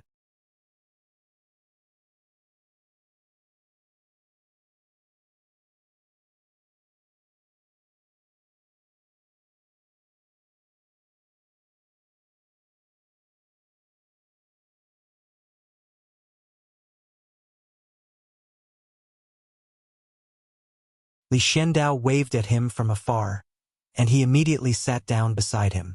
LV Xian, Yi Luyun, and Luo Hun were also seated at the table. As Guan approached, Luo Hun thoughtfully gave up his seat. "How is Li Ya?" Li Xiandao asked with a smile, seemingly unconcerned about Li Ya's defeat. Guan noticed his cultivation level had increased to the 3rd layer of Void Crossing Realm. Honestly, Guan was quite interested to see Li Xiandao participate in the Golden List conference. He believed Li Xiandao could make it to the top 10. Li Xiandao was not yet 300 years old, qualifying for the Golden List conference. A void-crossing realm cultivator under 300 years was a rare talent worldwide. "Not sure, he didn't come to find me," Guan replied. Li Xiandao sighed. Losing to an Hao is not shameful, and Hao's fame has spread to the other 8 dynasties. Everyone recognizes his talent. Setting aside strength, just by his advancement speed, and Hao was unmatched. Jiang Qiong had reached the core formation at 40, thinking her talent supreme, but at 40, and Hao could already form his nascent soul. The only reason he hadn't was because of the Golden List conference. A 1st-layer nascent soul and Hao facing a 9th-layer nascent soul top talent might win but would be exhausted, but dragging the opponent down to the 9th layer of core formation realm eliminated any suspense. Guan nodded. And Hao is truly formidable. Senior brother Li just had bad luck. LV Xian snorted.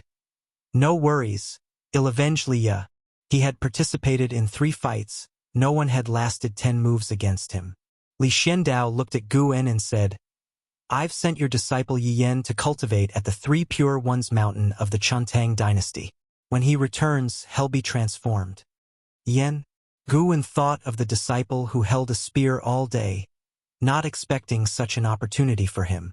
Of course, he understood Li Xiandao was giving him a hint. Without his arrangement, Yi Yan would never have such a chance. "Thank you, uncle," Guan said immediately. Li Xiandao then said, "Do you think if I could enlist Sword Venerable Fu Dao, I could secure the throne?" Guan replied, "Without him, you can also secure it." Li Xiandao laughed. Yi Luyun and LV Xian didn't laugh, they agreed. Li Xiandao restrained his laugh and said, I found out whose sword Venerable Fudao is.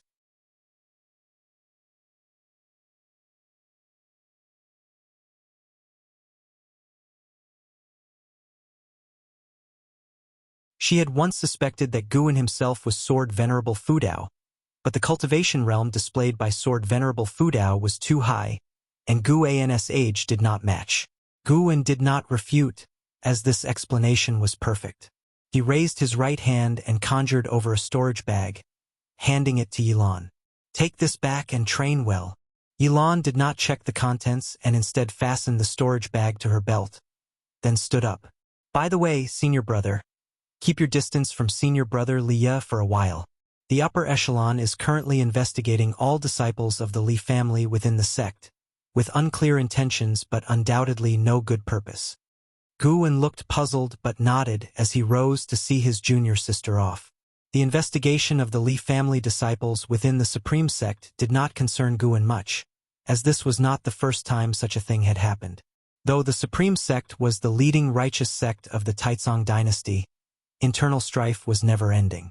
As for whether it would harm Liya, Guan had no means to worry over that. He couldn't possibly keep an eye on Liya at all times. Everyone has their own life, and no matter how good or bad, as long as they get through it, it belongs to their own experiences. A few days later, Guan went to participate in the Golden List Grand Assembly. Against his opponent, he directly conceded, stunning his opponent. A month later, the top 100 emerged. Only Wu Ju had the cultivation level of the Foundation Establishment realm. All other cultivators' minimum level was the Core Formation realm. This news quickly spread, making Wu Ju famous. When LV Baidian delivered a 6th-rank spirit tree, Guan mentioned Wu Ju, hoping LV Baidian could find a good mentor for Wu Ju. This made LV Baidian look at Guan with admiration. Such a good prospect found by you in advance. And you still say you are unfit to be the sect leader? LV Baidian said with a smile. Guan smiled and responded, just a stroke of fate. The Supreme Sect has many geniuses. This doesn't speak to my vision, but to the abundant foundations and great fortune of the Supreme Sect. LV Baidian was very satisfied with Guan's rhetoric. Regardless of whether it was genuine, it was very suitable for a sect leader. Regarding Wu Ju, I can't promise anything. He has already become a disciple of Zhou. Understand that taking An Hao as a disciple was already a major move that met with opposition. I cannot take on any more genius disciples. The Supreme Sect is not a place for one person's dictation, LV Baidian explained meaningfully. Zhou, one of the Supreme Sect's venerable pavilion, had more power than the Hall of Elders. Becoming his disciple meant Wu Ju had a limitless future. Guan then thought of that true inheritor-disciple, who was not in a mentor-disciple relationship with LV Baidian, effectively counterbalancing him.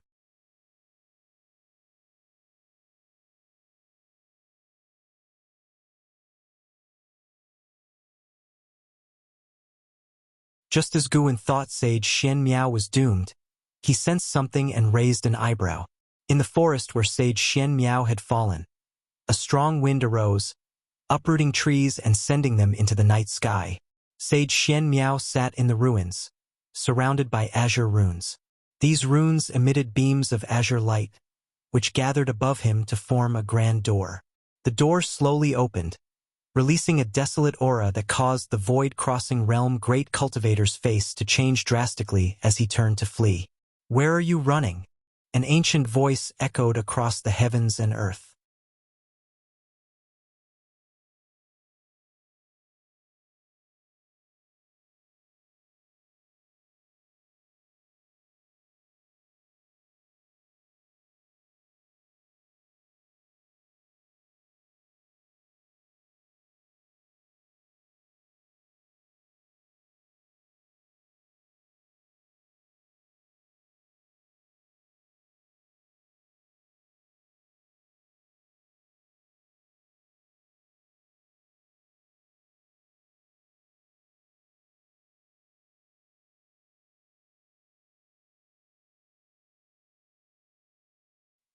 He wasn't referring to his and Sage Shen Miao's, but rather Sage Shen Miao's and the Fox Demon Boys. he couldn't resist casting another lifespan detection. Underworld Fox Demon, Energy Cultivation Realm 4th Layer 14/999/14,000. This maximum lifespan was identical to the Underworld Demon Emperor's, and both carried the name Underworld, implying a definite connection. Guan even suspected this boy might be the Underworld Demon Emperor. You're tuning in to the Legend of the Vagabond YouTube channel. Don't forget to subscribe and join us on this journey to catch the most captivating stories.